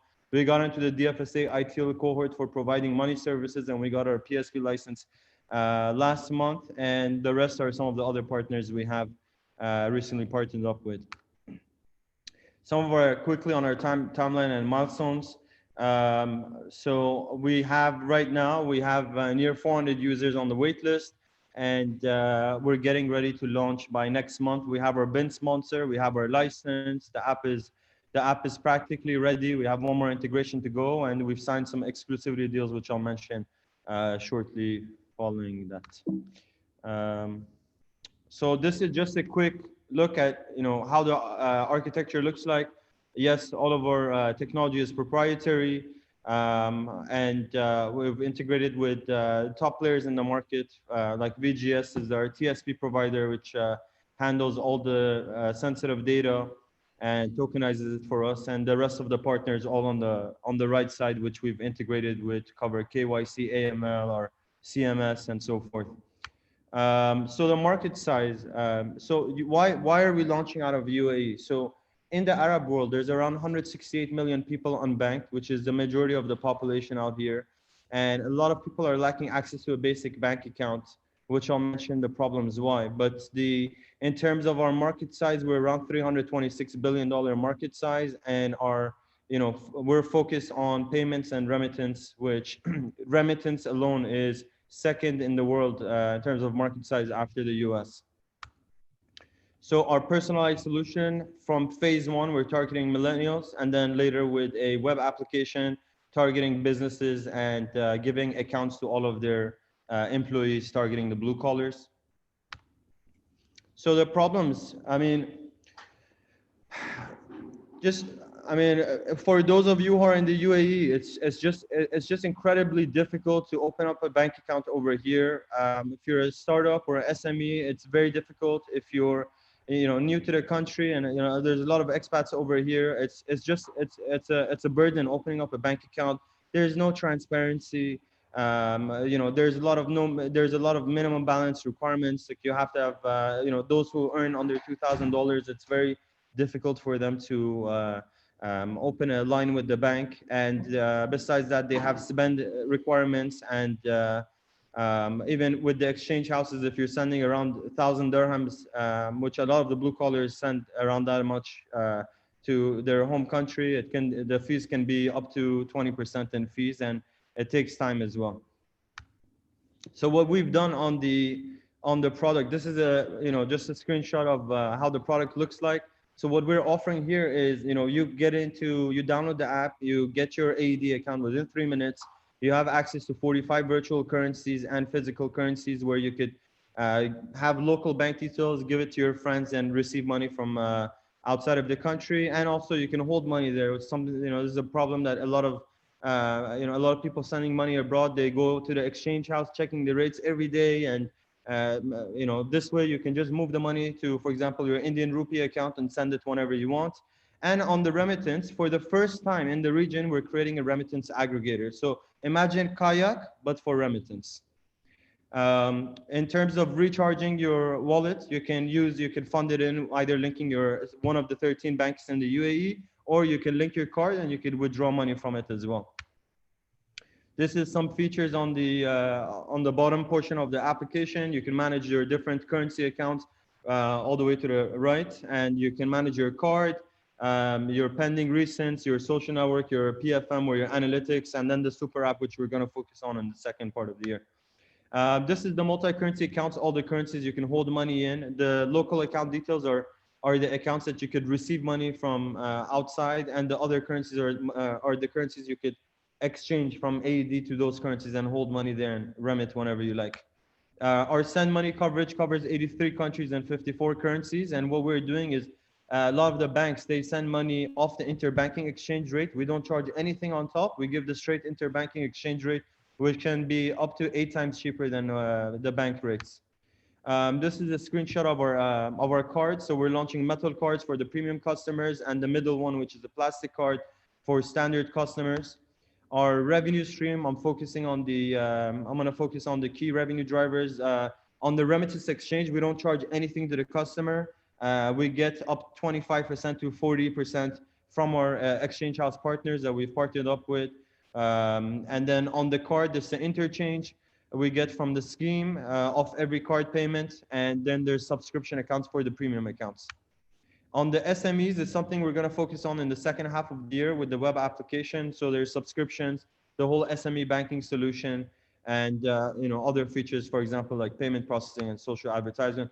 Our pricing model, it's basically free for standard accounts, no minimum balance, no minimum spend, and you can open an account within a few minutes, and you can either receive your salary there, or you can link your card, and it's basically an alternative for you to use besides the bank, or if you don't have a bank account. So about our founding team, we're a team of 14 people. We have 6 developers out of Estonia, which Martin Kiro, our CTO, is leading. He's been a CTO for 2 other fintech companies out of Europe. And the rest of the team, combined, we have over 50 years of experience. The team is all veterans. We have 2 previous fintech exits amongst us. Our co-founder, Nadeem Hussain, he founded the first microfinance bank in Pakistan called Telenor Microfinance Bank, which later got sold to Ant Financial, Alibaba. A little bit about our high-level go-to-market. We're going to be doing digital marketing. We're doing a very big campaign throughout UAE, which I'll get to in the next screen, for the brand awareness campaign we're launching. And then on the ambassador, we're going to be doing influencer campaigns, offline ambassadors, and then also referral programs for giving cash to anyone you introduce to the application. So this is what you're going to be seeing. I mean, we're getting close to Christmas, and we're going to be lighting UAE with like a Christmas tree. Anywhere you go in the UAE, from Abu Dhabi to Dubai, over 350 towers, we're going to be advertising Jingle Pay 2 to 4 minutes, 365 days a year. This is an exclusive deal we have, so no competing player, digital bank, or remittance payment player can advertise here beside us. And this is the majority of the offline digital advertisement space in Abu Dhabi and Dubai. Just a quick on our competition, regional, global. Some of the banks have launched their digital banks over here, but they still have the same restrictions that the banks they do with the minimum balance requirements, and transparency is still not there, and it still takes more time. It's definitely not as fast as us, but we can compare ourselves with companies like Revolut and Alipay the most, which are global players. In terms of our key financials, our CLV to CAC is 2.17 times. We're aiming at 31,500 users. And in the second year, we're looking at 8.92 times for SME accounts when we launch that. Our break even has moved up to Q1 of the second year in our updated financials. And our use of proceeds. So we're raising $2.1 million at a pre-money valuation of 6.4.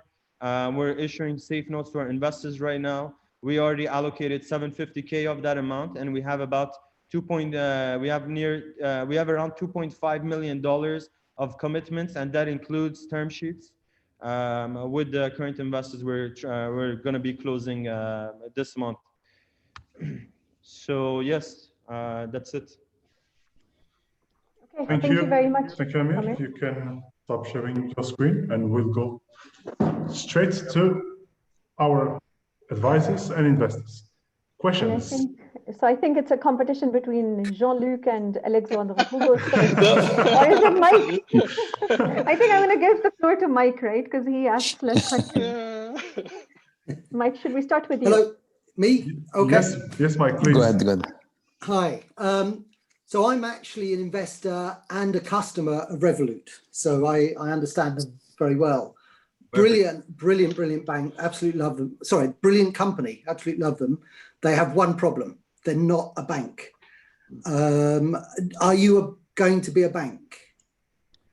I mean, right now we're not looking at it. I mean, there's a similar license like the EMI, which we have over here, and I mean that's not our model. We're aggregating financial services over here, and I mean you could operate like a bank with this license anywhere you go. The only thing is that you need to have a BIN sponsor in each market you go to, and to hold client funds and to issue a BIN so you could launch card payments in that market. But I mean, in the UAE, it's very difficult to do, and we've successfully found one of the top retail banks in the country supporting us as our partner bank.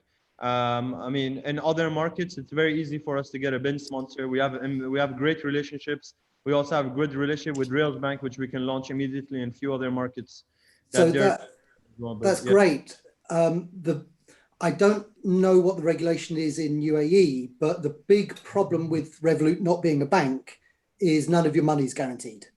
If you're a bank, if you have a banking license in the UK, £85,000 worth of your money is guaranteed. So in other banks, I have lots of money. Even though I'm an investor and part owner of Revolut, I have about £500 of balance in Revolut. And we're desperately trying to get a bank, and absolutely want a bank license if you can get one. That would be a massive thing. Definitely. I mean, sorry, go ahead. Yeah, you also mentioned Estonia. Are you an e-resident by any chance? I'm not, but our CTO and the rest of our developers are all based out of Estonia. Okay, because I'm an e-resident.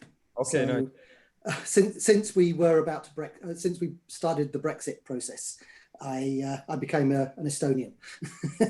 So, okay. Okay.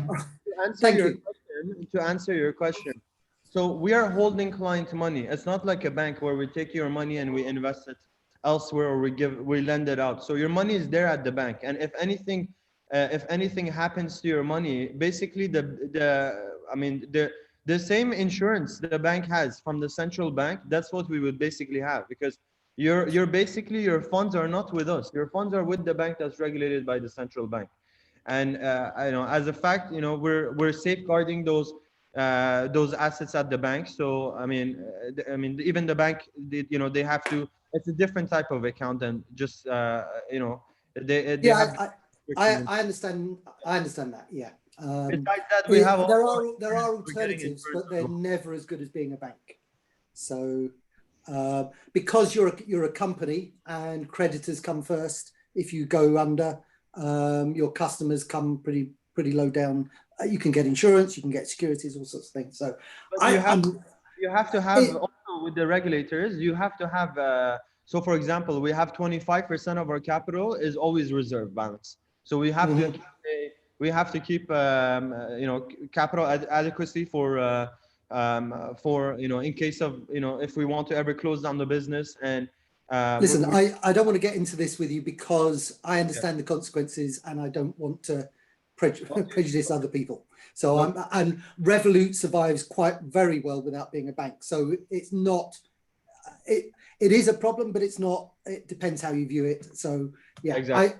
I don't want to have that discussion with you right now. Okay, no problem. Okay. Right, thank you. Thank you, Michael. We have Tahir has raised his hands. Tahir, can you please show yourself and the stage is yours if you want to ask a question. Yeah, sure. Well, hello everyone. Hi Amir. So thank you for the presentation. I really like your product. Thank you. You mentioned few things actually. I heard you saying you're in UAE and then we're talking about Estonia. So the question is, where are you based actually now? You as a person, where is the company registered? Yes, it's in. You're based in Dubai. Okay. Yes, we have we have a SPV for our holding company based out of ADGM, and then we have a mainland company and DIFC as well. Okay, so you're ADGM licensed. You're in the sandbox. The holding company is ADGM, but we're in the ITL cohort of DFSA, and we have a PSP license out of mainland. Okay, what kind of license you have so far? What are the licenses you have so far? We have, because I heard you saying BIN partnership. So do you operate with a BIN partnership or do you have a license? Yes, we have. Even if you have you have to have a BIN. You have to have a BIN sponsor no matter what. So we have to have we have a PSB license issued from mainland, and we're in the ITL cohort, which is basically the reg lab of the DFSA for providing money services, Cat 3C license, and we have a BIN sponsor as well, one of the biggest retail banks in the country. Okay, I didn't get it from the presentation. I'm really sorry. Maybe it was no me. problem. But, short on time. The application is live today, right? We haven't launched yet, but we're launching our brand awareness campaign in the next 2 weeks. We're going to be all over UAE. What is the objective? Like getting people on the wait list or something like that? Exactly. The objective is to just create brand awareness because, this is my second fintech startup, and the main thing, all fintech startups in this space, they struggle with is getting trust with people, either linking their accounts to the wallet or start using it, and having more than $600 or 600 dirhams, just sitting in the account or receiving salaries in there. You have to create trust. So if we show that brand awareness and we have the partners we have right now, that's all going to bring credibility. Visa being official partners of Visa, and one of the top banks in the country, and TransferWise, this all brings credibility to us. By the way, did you partner with Visa or MasterCard? Visa. With Visa. If I may ask, what was your last fintech company? We had Telenor Microfinance Bank. Microfinance. That's why actually you're also having the microfinance into the application. I've seen yes, that too. In the next stage, we're going to be arranging credit, but our core focus is on payments and remittance in the first stage.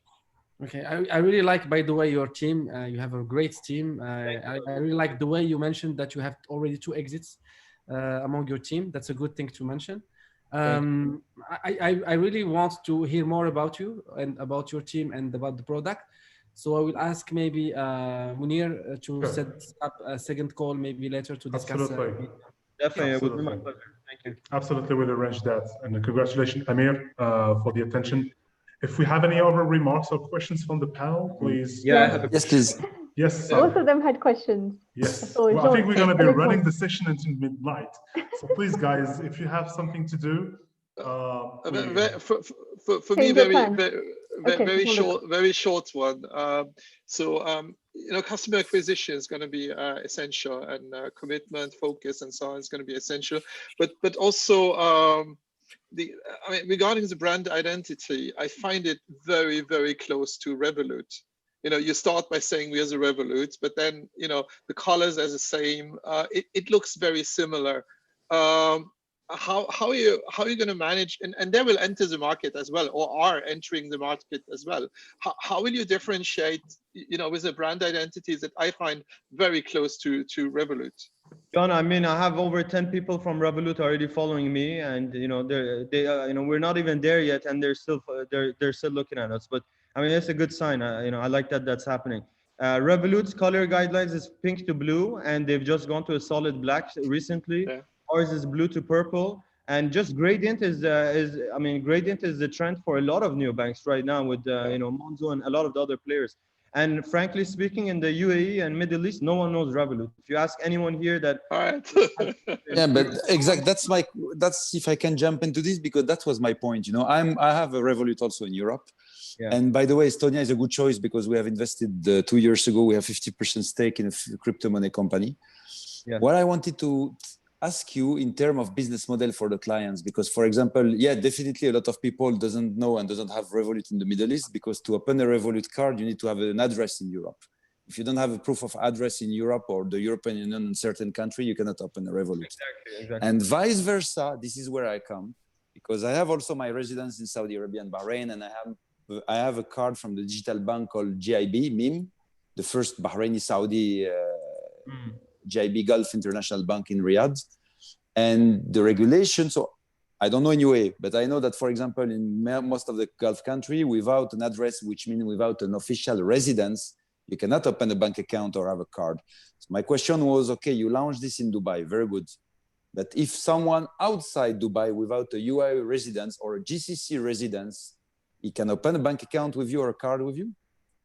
Look, I mean, this all depends on the regulator and the bank, because ultimately the accounts are being opened with the bank. Right now, we're just going to be targeting customers in the UAE, Emirati residents. Exactly. And following that, which I think has a massive impact in your raising funds, because, at least Revolut, you have to be in Europe, yes, for sure, but at least there is 500 million potential clients. In the GCC, at the end, we are 55 million people, where let's say 50%, they don't have even to afford to have a bank account. So it means... Sure, I'd like to mention something. First of all, financial exclusion is much higher here than in Europe. Remittance market here is larger than Europe. It's after the US, the biggest remittance market in the world is outward remittance, is UAE. And TransferWise being one of our partners, I speak to them all the time. And I mean, it's one of their fastest growing markets right now. Yes, remittance. But if your client, let's say a guy cannot open his bank account because he doesn't have Easy Kama or his UAE residence or Bahraini CPR, then how he will open the bank account with you? Well, I mean, same thing Revolut has done and expanding in other markets. I mean, our focus is to expand throughout the GCC and markets where there's a correlation to the outward remittance on the other side. For example, Philippines, Indonesia, Saudi Arabia. We're looking into this regulatory sandbox of the SAMA to launch in Saudi Arabia next. And I mean, we have to go at a step-by-step approach. True, but in this case, while you made an investment and you have partners and you are linked to Estonia, and you want to invest more or raising capital more, then why don't you start directly through Estonia, which is in the European Union, and you will have more ease of opening bank account? Because that was the first thing when you talk about it. I mean, I know this very well because actually, out of this discussion, we are in a transaction that we finalized with some of our partners, but no one has a residence in the Gulf. We have to split and share their commissions, but no one is able, and we have been paid in Bahrain, and no one is able to open a bank account or get a card because they are simply not resident of the GCC.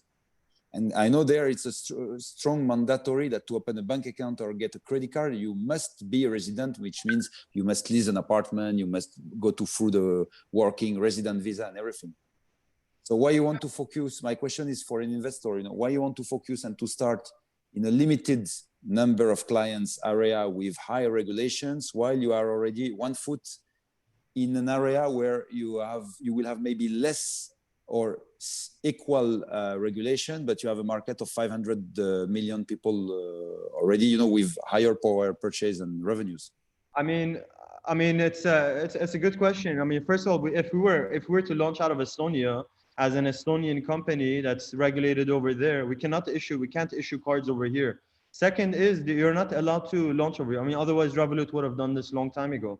They came to the DIFC, the DFSA. I know the senior managers there, and they couldn't get a license back then, and the banks were not giving BIN sponsorship back then. At the time they came as well. I'm sure they're going to be coming, and I mean, this isn't it's really an acquisition play, because you're seeing more and more companies today in the UAE being bought out by companies out of Europe and the US, and I mean, it's a similar type of play we're doing, and I'm sure. Okay, so you want just to open a UA or GCC base and then make an exit with reselling to Revolut, for example, right? Same thing that happened with Kareem and Delivery Hero just acquired. Okay, now it's more clear to explain again. Exactly. It's more clear to explain this from the beginning, that you look for an investor to start an operation in the GCC, then to resell it, as you say, Kareem, Uber, or these kind of things. Exactly, we're filling in the gaps. Basically, all the very difficult getting BIN sponsorships, the regulatory expanding, getting market share in the market, and being a similar product to N26, Revolut, and PayPal. I mean, these are the players that will start. I mean, they have to start acquiring very soon. No, I know. No, but because my question was this, related to really the operation business. The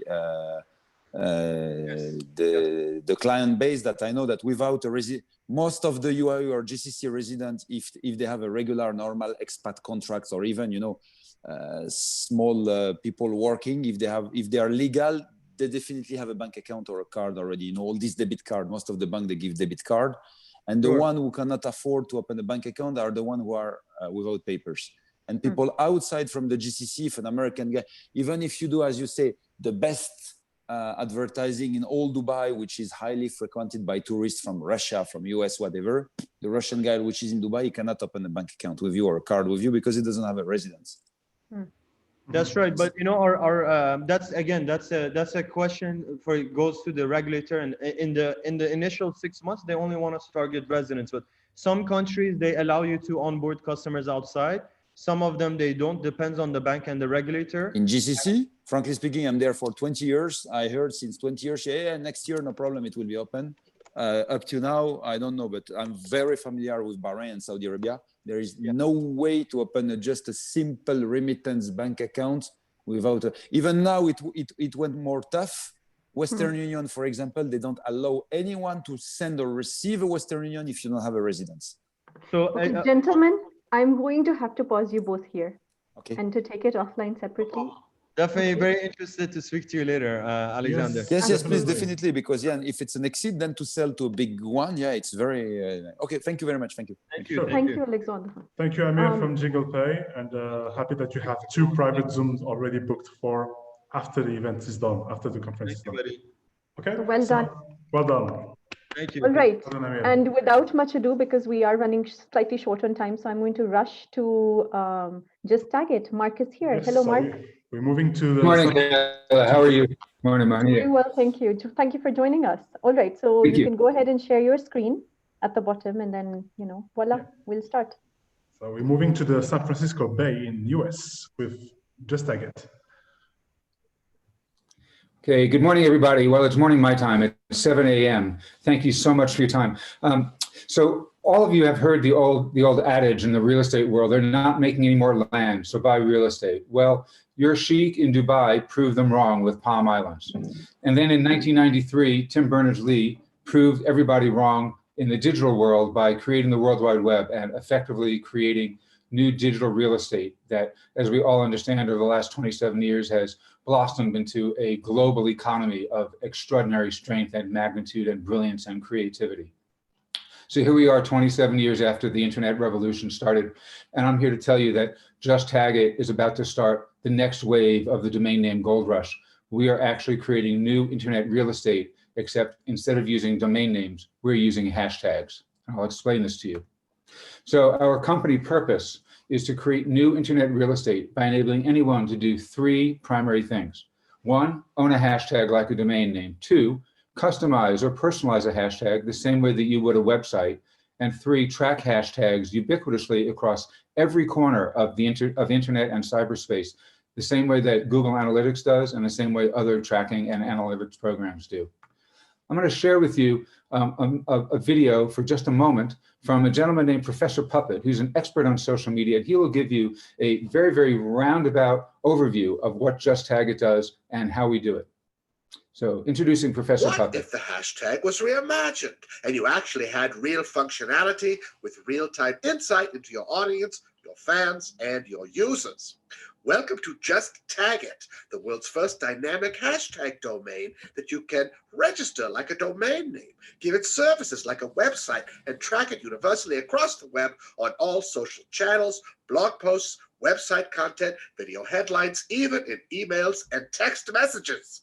You can even put them on physical objects like hang tags or product packaging, just like a barcode or a QR code.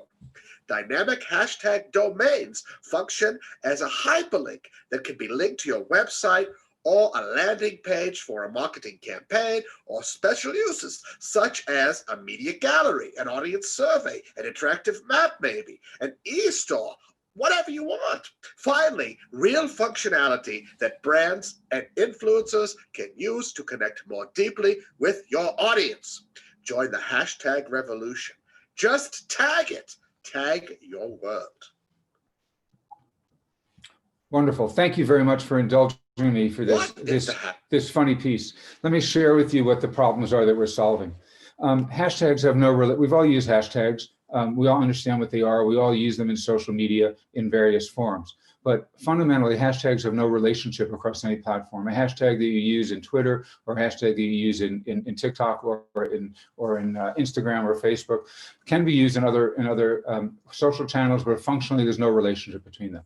Hashtags can't be measured across all platforms. The same thing, if you try and measure your hashtag usage in Twitter to define your social reach, or in Facebook or Instagram, they're not integrated with anything else. And the third thing is hashtags can't be monetized. We use them every day. There are billions in use, I'll get into that and I'll share that in a moment. But fundamentally, they can't be monetized in the same way that domain names can be. So what have we created? We've created what we call a proof of engagement ecosystem based on decentralized hashtags that fundamentally mirrors the domain name, website, and analytics ecosystem. It does three main things. It closes the brand consumer gap with real-time validated data from verified customers. And brands can accurately and honestly track their social reach universally across all social channels and all websites and physical objects, as Professor Puppet shared with you. And users can not just own, but they can monetize their personal data and browsing history, which, as we've seen over the last few years, has become one of the biggest thorns in everybody's side, because our social data and our personal information and our posts are not ours. They get sliced and diced and parsed, and they get resold to the highest bidder, and the consumer has no opportunity to actually do anything about that or be part of that ecosystem. So how do we do it? We have an ecosystem that fundamentally is a marketplace of brands, influencers, and consumers. And by the way, this is a global ecosystem. Everybody uses the net. You know, with almost 8 billion people on the planet, there's 5 billion people roughly that are using the net in various forms. Of that 5 billion, right, the numbers and the statistics are pretty accurate. 1% to 2% are content creators. Another 2% roughly are content followers or posters or hanger-ons.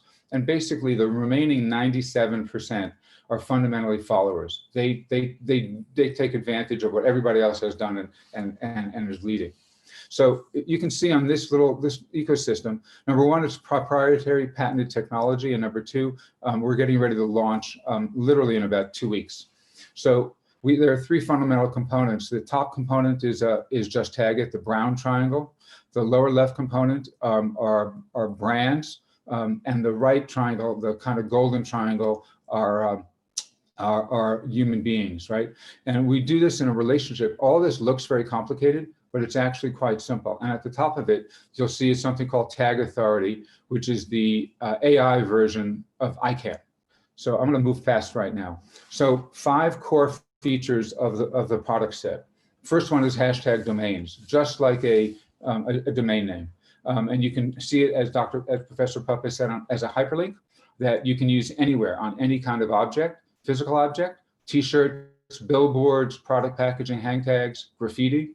You can use it as a hyperlink in an email. You can use it as a hyperlink on a website. You can use it as a hyperlink effectively in a social channel. So that same hashtag that you used in Twitter or in Instagram or in TikTok or in any other channel has exactly the same functionality across all channels, right? The second area is in hashtag services. So just like in the web when we first started, it was a brochure, and now you can do anything with a website, right? It's a SaaS-based site, it's cloud-based. You can have an e-shop, you can have a media gallery, you can have live video streaming, you can have interactive maps, you can have campaign tools, you can have peer-to-peer video chat, you can have IoT interfaces, we can voice activate it. We're preparing it for AR and VR. You can do forms, much more. Anything you can do with a website, you can do now with a hashtag, whether it's on a desktop or on a mobile platform or a mobile device. Now, the third thing is, as we all know, that it wasn't until Google came along in roughly 2000 and provided us with Google Analytics that we actually, as marketers, got to understand what was really happening on the web. And though the most important thing about this was it gave us information, but there are 2 things that weren't really good as we discovered over the last 20 years. One, these were machine-to-machine connections. They were IP address to IP address. And all it really told us was about a machine that was connecting to a website and not the person behind it. And so we don't know if many of those analytics were from bots or from other forms of electronic devices that were mimicking human interactions. So the most important thing is, how do you have hashtag tracking and analytics that actually provide real data? So we created a system that fundamentally, because number one, it's decentralized, which is completely different than ICANN and the World Wide Web as we know it, which is completely centralized. And all you have to do is look at WHOIS to understand the fundamental difference. Whereas the WHOIS data server is a centralized server, our Tag Authority operates literally in the browser of everybody's, of every user. So the hashtag tracking and analytics is real time, real people with validated data. And I can explain that in detail later on. Hashtag advertising is yet another area of fundamentally where we've created new internet real estate. So we've fundamentally mimicked Google AdSense and Google AdWords. So now your hashtag as a hashtag domain can actually have advertising on it. We've restricted it. We've made it a little bit smaller, the same way that Google has. You have different options, but fundamentally you now have another option. And the fifth thing that we've done is, with a nod to both the cryptocurrency world where we started and also to the gaming world, we've created our own, which retains its persistent par value anywhere in the world. Fundamentally, it's used as a means of exchange for purchasing services. It's also a means of reward, it's a means of incentivization, and it's a means of gifting. And I can explain metric tokens later if people have specifics. Yes. Sorry for bugging you, but we're nearly at 9 minutes. So, if you can just jump over to your Okay, got it. Okay, market size is really simple. Old internet has roughly 366 million domain names. As of now, there's between 8 and 9 billion domain names that are used, hashtags that are used every day. If you discount that by 90%, as we've done, you still have 1 billion hashtags in play on a daily basis, and you have a market share, a market opportunity that's still 2.5 times the size of domain names. Business model is freemium and subscription. We make money by charging for hashtags, charging for services on market intelligence. We have upsells. We have we're a distributor from an e-transaction point of view, and we do advertising. Marketing strategy is very simple. It's all about personal and brand identity. So from the bottom up, all hashtag users around the world, from the top down, brands and agencies as we develop more data sets. The third way is by going directly to affiliates and influencers who have a large footprint. Next is resellers and agencies and domain name resellers, GoDaddy, Enam, 1&1, anybody else of that nature. We have no competitors in the hashtag domain name space and no competitors in hashtag services. There are 6 or 7 modest competitors in hashtag tracking. They get their data pre-aggregated and pre-parsed from only Instagram and Twitter. So they have only 2 sources of data, and we don't know if they're bots or if they're real people. Our data is from real people in real time all over the world from the ubiquitous internet footprint. Many competitive advantages you can see: patented technology, first mover advantage, unique service, high barrier to entry, low price point, and basically what we think could be the next domain name gold rush. So who's doing it? There's 4 of us fundamentally. Myself, based originally from New York, spent 15 years at Microsoft, based in Sedona, Arizona right now. Fried Kahn, who is from Germany, who is based in Oregon. Josh Chavez, who is our software architect, who's based in Mexico, and Yasser Nafe, who is a telecommunications expert, originally from Egypt and France, and now living in Chicago. Sorry, Mark, we have to jump to the investment slide now. Okay, no problem. So basically, our goal, it was very modest right now. We have 100,000 subscribers which is basically a transaction a month. Average is $10 a month subscription. Our actual subscription rate is only $5.50 with the ability to upsell metric tokens for purchases all the way from $1 to $10,000 a month if you want to do it. We're looking for $5 million for basically 24 months of financing. We've completely bootstrapped this ourselves over the last 3 years. We basically own everything. We own all of our technology. We own the company. And we're now looking for just a little bit of money to basically kick us off. And we expect, honestly, I put this out at 24 months. I could actually spend a lot more money over the next 12 months. Rather than $5 million for 2 years, I could spend a lot more. But that's what we're asking for at the moment. Okay, thank you very much. Okay, all right, so questions. Thank you very much. We're in a little bit over time, so if you can stop sharing your screen, Mark, and we'll turn back to the panel. I think Mike has unmuted. Yes, Mike, go for it. Hello. Hi there. Do you know me? My name's Mike Hardcastle. Have you heard of me? Yes, I have. I don't know very much about you. I apologize. Okay. So I founded the commercial internet in the UK, turned it from industrial to commercial, one of 4 people. So I understand domain tracking and analytics. You're talking about operating it as if it was a DNS type service, but a DNS service is a physical service that's controlled. Can you explain hashtags as a DNS technically? What is that? Actually, it's actually just, there are 2 aspects of it. And Mike, thanks, by the way. I think that we sort of had similar paths. I was at Microsoft and was the first person talking about the net in early '96. So I understand where you're coming from. We actually don't operate in that same way. We operate in a decentralized way. It's not about domain name servers. We do it actually through your internet browser. And so every internet browser it's in a peer-to-peer network. And so every internet browser through our browser extension. Sure, but what are you actually doing? So, I mean, let's say I want the hashtag, hashtag Mike Hardcastle. It's just a free-form text, and that's what hashtags are defined for. So why I can use it freely anywhere, anytime, and I can even use hashtag Microsoft or hashtag, I can use any hashtag I want, anywhere I want, anytime I want. That's correct. What are you going to stop that, or is it intention to stop that, control it, monetize it? What are you going to do that? Right. So your question is actually fundamentally important, right? Because if you look at the early days of the net with the domain name Gold Rush, if you were fortunate and you bought Coca-Cola.com before Coke got aware of it and understood what the internet was, then you were able to sell Coca-Cola.com for $1 million as a rename, right, or as a resale. So, but fast forward 27 years, everybody understands the value of domain names. We've had 12 years of use of hashtags. Everybody understands what a hashtag is. So if we started to allow people to register any name or any word, whether it's a personal name or it's a trademark name or it's a company name or a product name, or it's names that have been in use or generic words. Sorry, can I stop you there? I'm not after a sales pitch. I'm asking after a technical, what are you actually doing? So let's say I freely want to use hashtag Microsoft. What are you going to do with that I can't do? How are you going to restrict it? Technically, what are you doing? That's what I'm trying to tell you. So what we've basically done is we've gone through, we've indexed the web, and the words that are commonly used as hashtags over the last 12 or 13 years are not able to be registered. They're basically in the comment, they're generic in a certain sense, and they're in the public domain, right? So if you want to create a hashtag domain, you need to create a unique hashtag.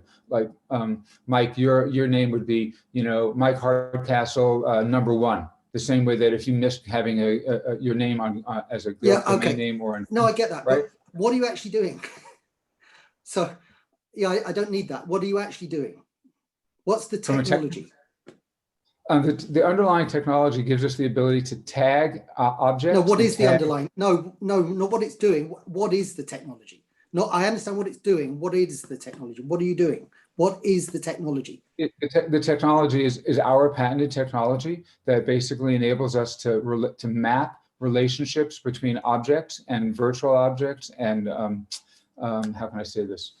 And symbols from the web and any place else that relates it together in a common database. It's sort of like if you would, it's a common API for relationship between data sets. That's fundamentally what we're doing. No, I don't understand. Okay, so if I want to register Microsoft, why would I want to register Microsoft? How can you stop anybody else using it? How can you, I don't.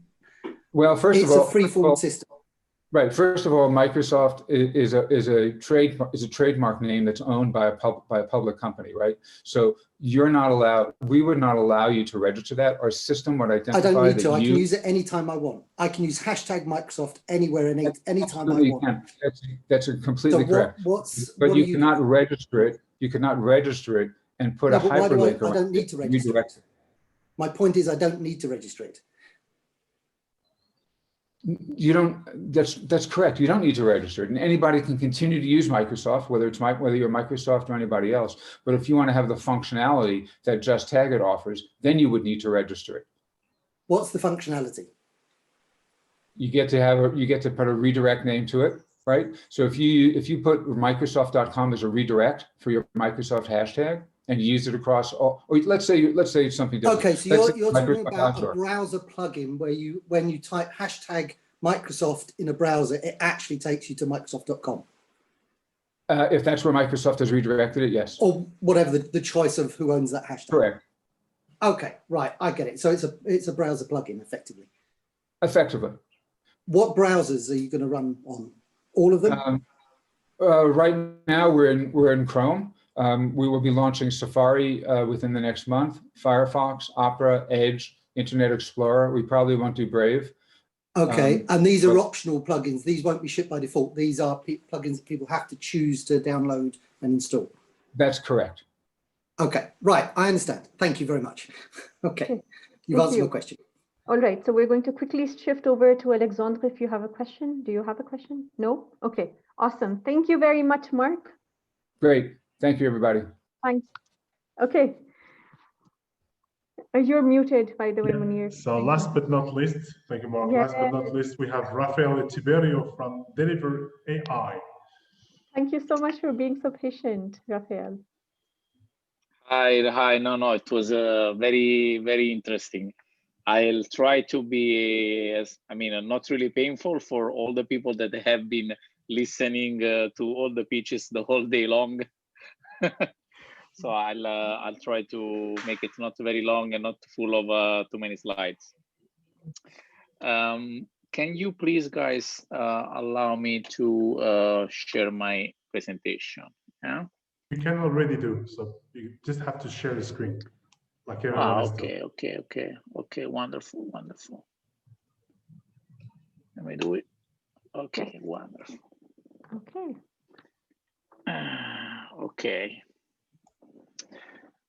Okay, thank you very much anyway for this opportunity to speak in front of these fantastic people. So let's go very quick.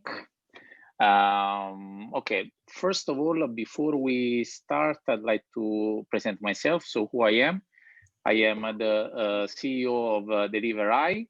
I am also a trainer of e-commerce and automation, and I work with the PwC Academy. And Also, I am a partner of Etisalat for a digital solution. So we actually work together with Etisalat, helping them to provide e-commerce solution to their customers. And part of my background, I was working with Forbes in 2019, helping them creating AI solution for their customers. And before that, I've been working with Do. So this is what brought me to the UAE. And I moved my first steps in the digital with Accenture. Together with me in Delivery is, a team of other professionals. So I'd like to start with the team because I think that there's no technology or any startup without the people. So together with me, there is the CTO and co-founder Hitesh Lamwar. He is an expert in development of complex technical solution, has worked with different kind of university in the Netherlands, for the Russian government, and in Belgium. Matteo is also another co-founder. He's taking care about the innovation. He's an expert in artificial intelligence, has worked in the UAE for the last 10 years, working with TRA, RTA, creating the big data and AI platform for them. And also we have Raffaella that was working with me in Accenture, and she's our advisor in the retail space. So she has more than 20 years experience in retail, so she's helping us navigate the industry. So what is Delivery? Delivery, has the vision of making online commerce available to everyone in 5 minutes.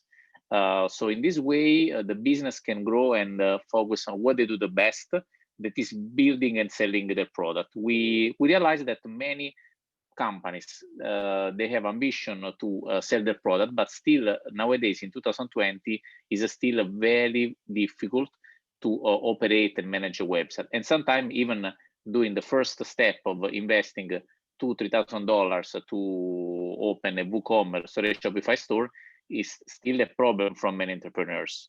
So we realized that with our solution, we can actually solve this problem. So what is actually the problem that you are looking to solve? So any entrepreneur now has to think about moving their business online. We see even traditional retail in the mall that have very, very little footfall. So they're thinking, okay, what should I do? Should I shut down my business, or maybe should I go completely online, or maybe start to sell my products somewhere online?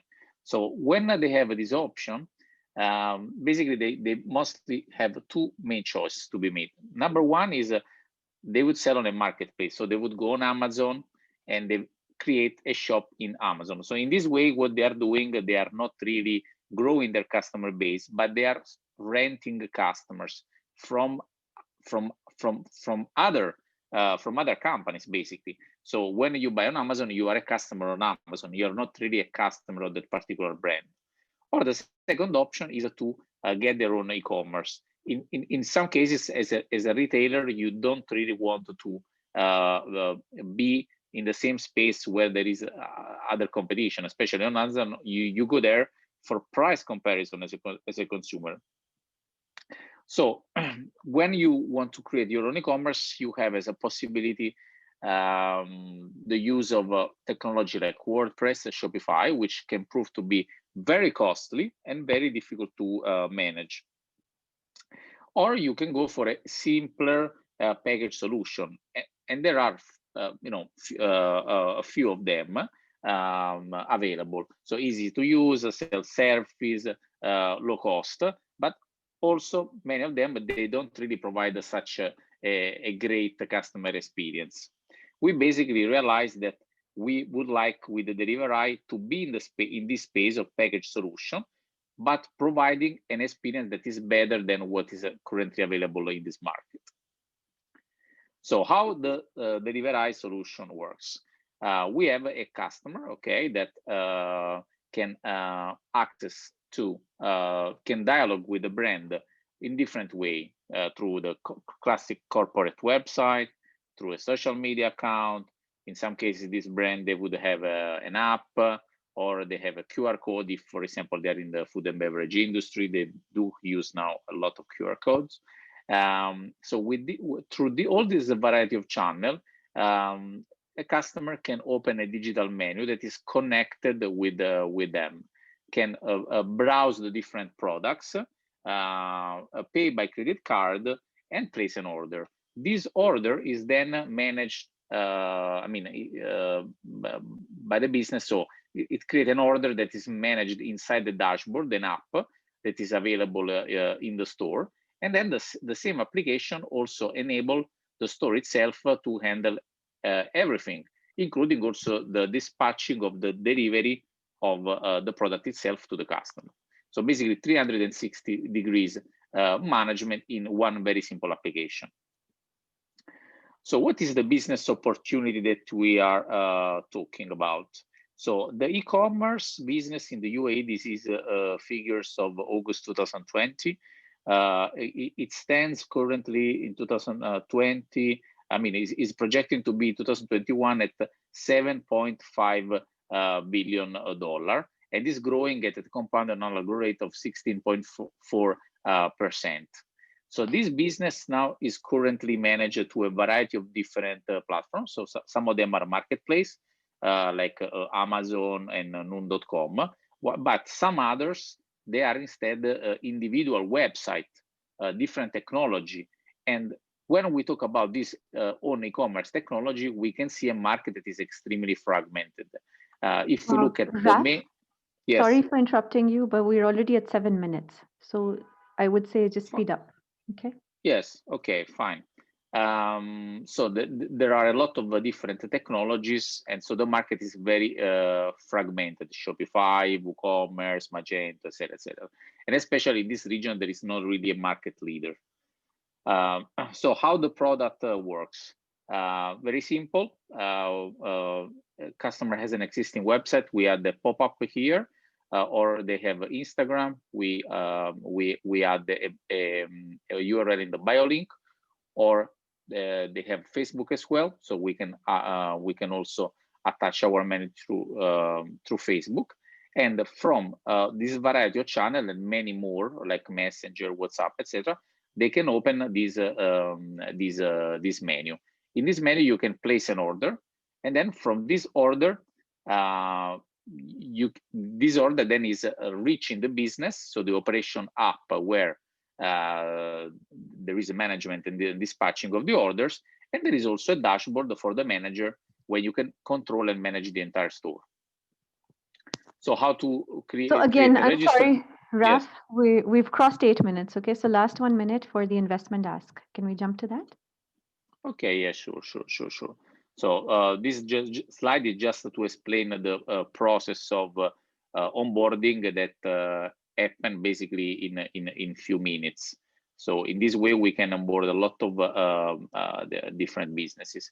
This is basically our market positioning. As I said, we are in the space of software, easy to configure. So we're in a different space compared to WordPress, Shopify, Amazon, etc. The business model is quite simple. So we are charging a fee based on the size of the store. So we are charging for the use of the software. We are, this is not still available right now, but we're going to charge also based on the kind of service and support. Also for marketing is an interesting revenue stream for us. And also for, also strategy. That is, by the way, my background of what I do with the different brands. In terms of go-to-market, we started in April, and until October 2020, we are onboarding customers using an outbound offshore telesales. In November 2020, we're going to start with Etisalat. We already have an agreement with them, and we're going to use their telesales to reach all their customers in the UAE. And then in 2021, we're going to expand using inbound marketing and then creating a community. So in terms of evaluation, this is basically our projection of gross merchandise value per year, starting from 2020. These data are in $1 million, starting from $1 million, and in 5 years, we want to reach $160 million. The financial evaluation, if we use the recent evaluation of InstaShop at 1.2 times the gross merchandise value per year, it will stand in 2024 at more than $200 million. So the required investment so far is, I would say, very moderate compared to what I've seen we've seen before. So we are looking in this stage at $150,000 US. The technology is ready. We already have customers, even though we have just launched now in basically. I mean, we just launched now the platform in September. And this money we're gonna use mostly to expand our sales team and expand also our software. So we have a team of 4 developers, and we already have a roadmap for the next 2 years. So we have a high ambition of making this product better for our customers. Okay, That's it. thank you. Thank you much. All right, so you're welcome. If you can start sharing your screen, Rafael, so we can turn to the panel and welcome all the questions and remarks from our advisors and investors. Who's willing to start first? Okay, if I may, I have a very quick questions. The 150,000 you are looking against, how much equity? About 10%. So we are now looking at an evaluation of the company of roughly $1 million. We have been operating only for 6 months. So in the 6 months so far, we have developed the technology. So the platform is ready and usable. We have customers already, and we have created a sales team. So together with the market, I am in the company, of course, full time. Together with we are now about 10 employees. Few of them, like the founders, working basically for free. Yeah, company based out Dubai. Yes, we are based. The company is incorporated in the Sharjah Media Free Zone. I live in Dubai since 8 years, so I'm in Dubai. Part of the company, the sales team, we are doing mostly telesales. So we have a small office in Pakistan, in Lahore, and we have also a small operation team in India, because they are the one helping with the onboarding of customers. And part of our development team is based in Russia. We really wanted to start everything in the UAE, but we realized that by that time we would have already spent probably the cost, already almost $1 million. Exactly. So agree. A team of five developers, including the CTO, for 6 months. Is then very expensive. So we decided to go completely bootstrapping.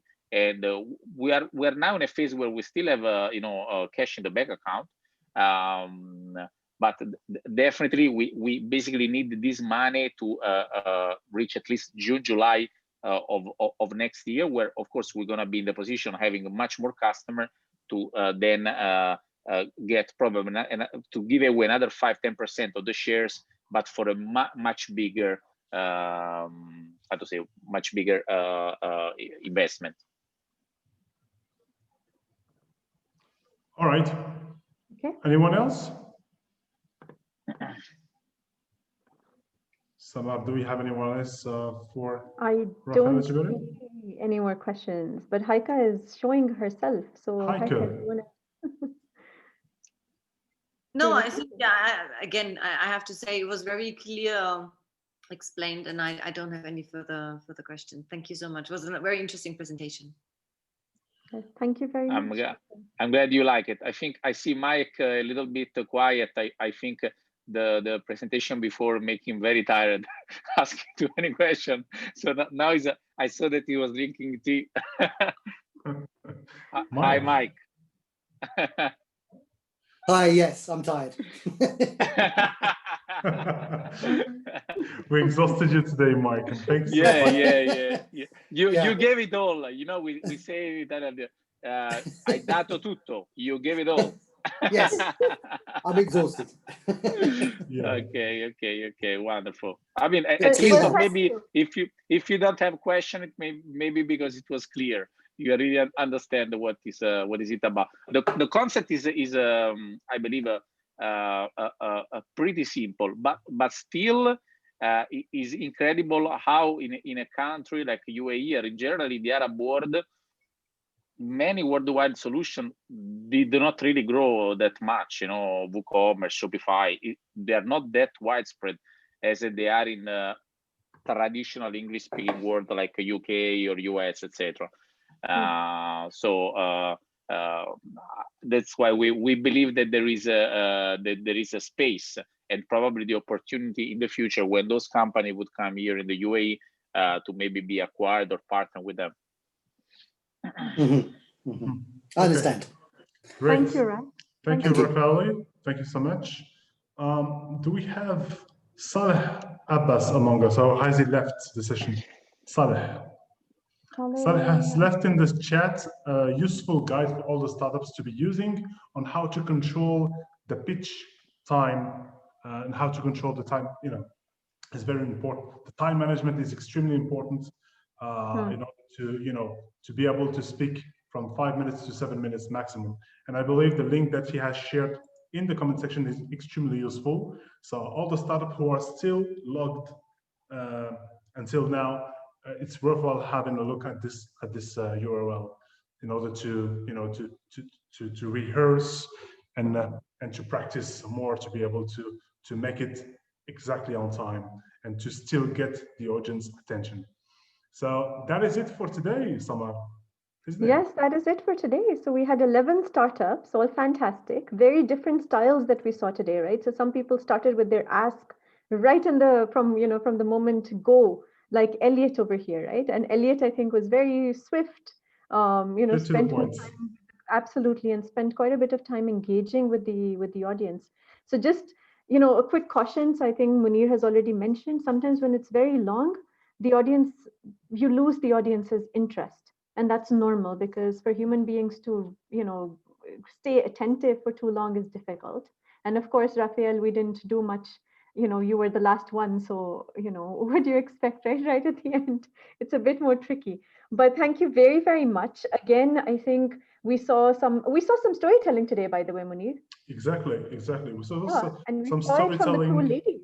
Yes, Sameh has made it right for the storytelling, the very beginning. And who else did the storytelling? I think it was. I think what's her name? Vidya. Vidya mentioned a little bit.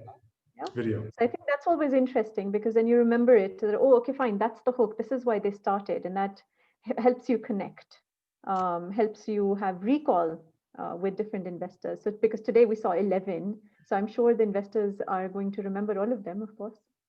Yeah, and we not have forget anything. And two startups couldn't make it today, so they have been pushed to tomorrow.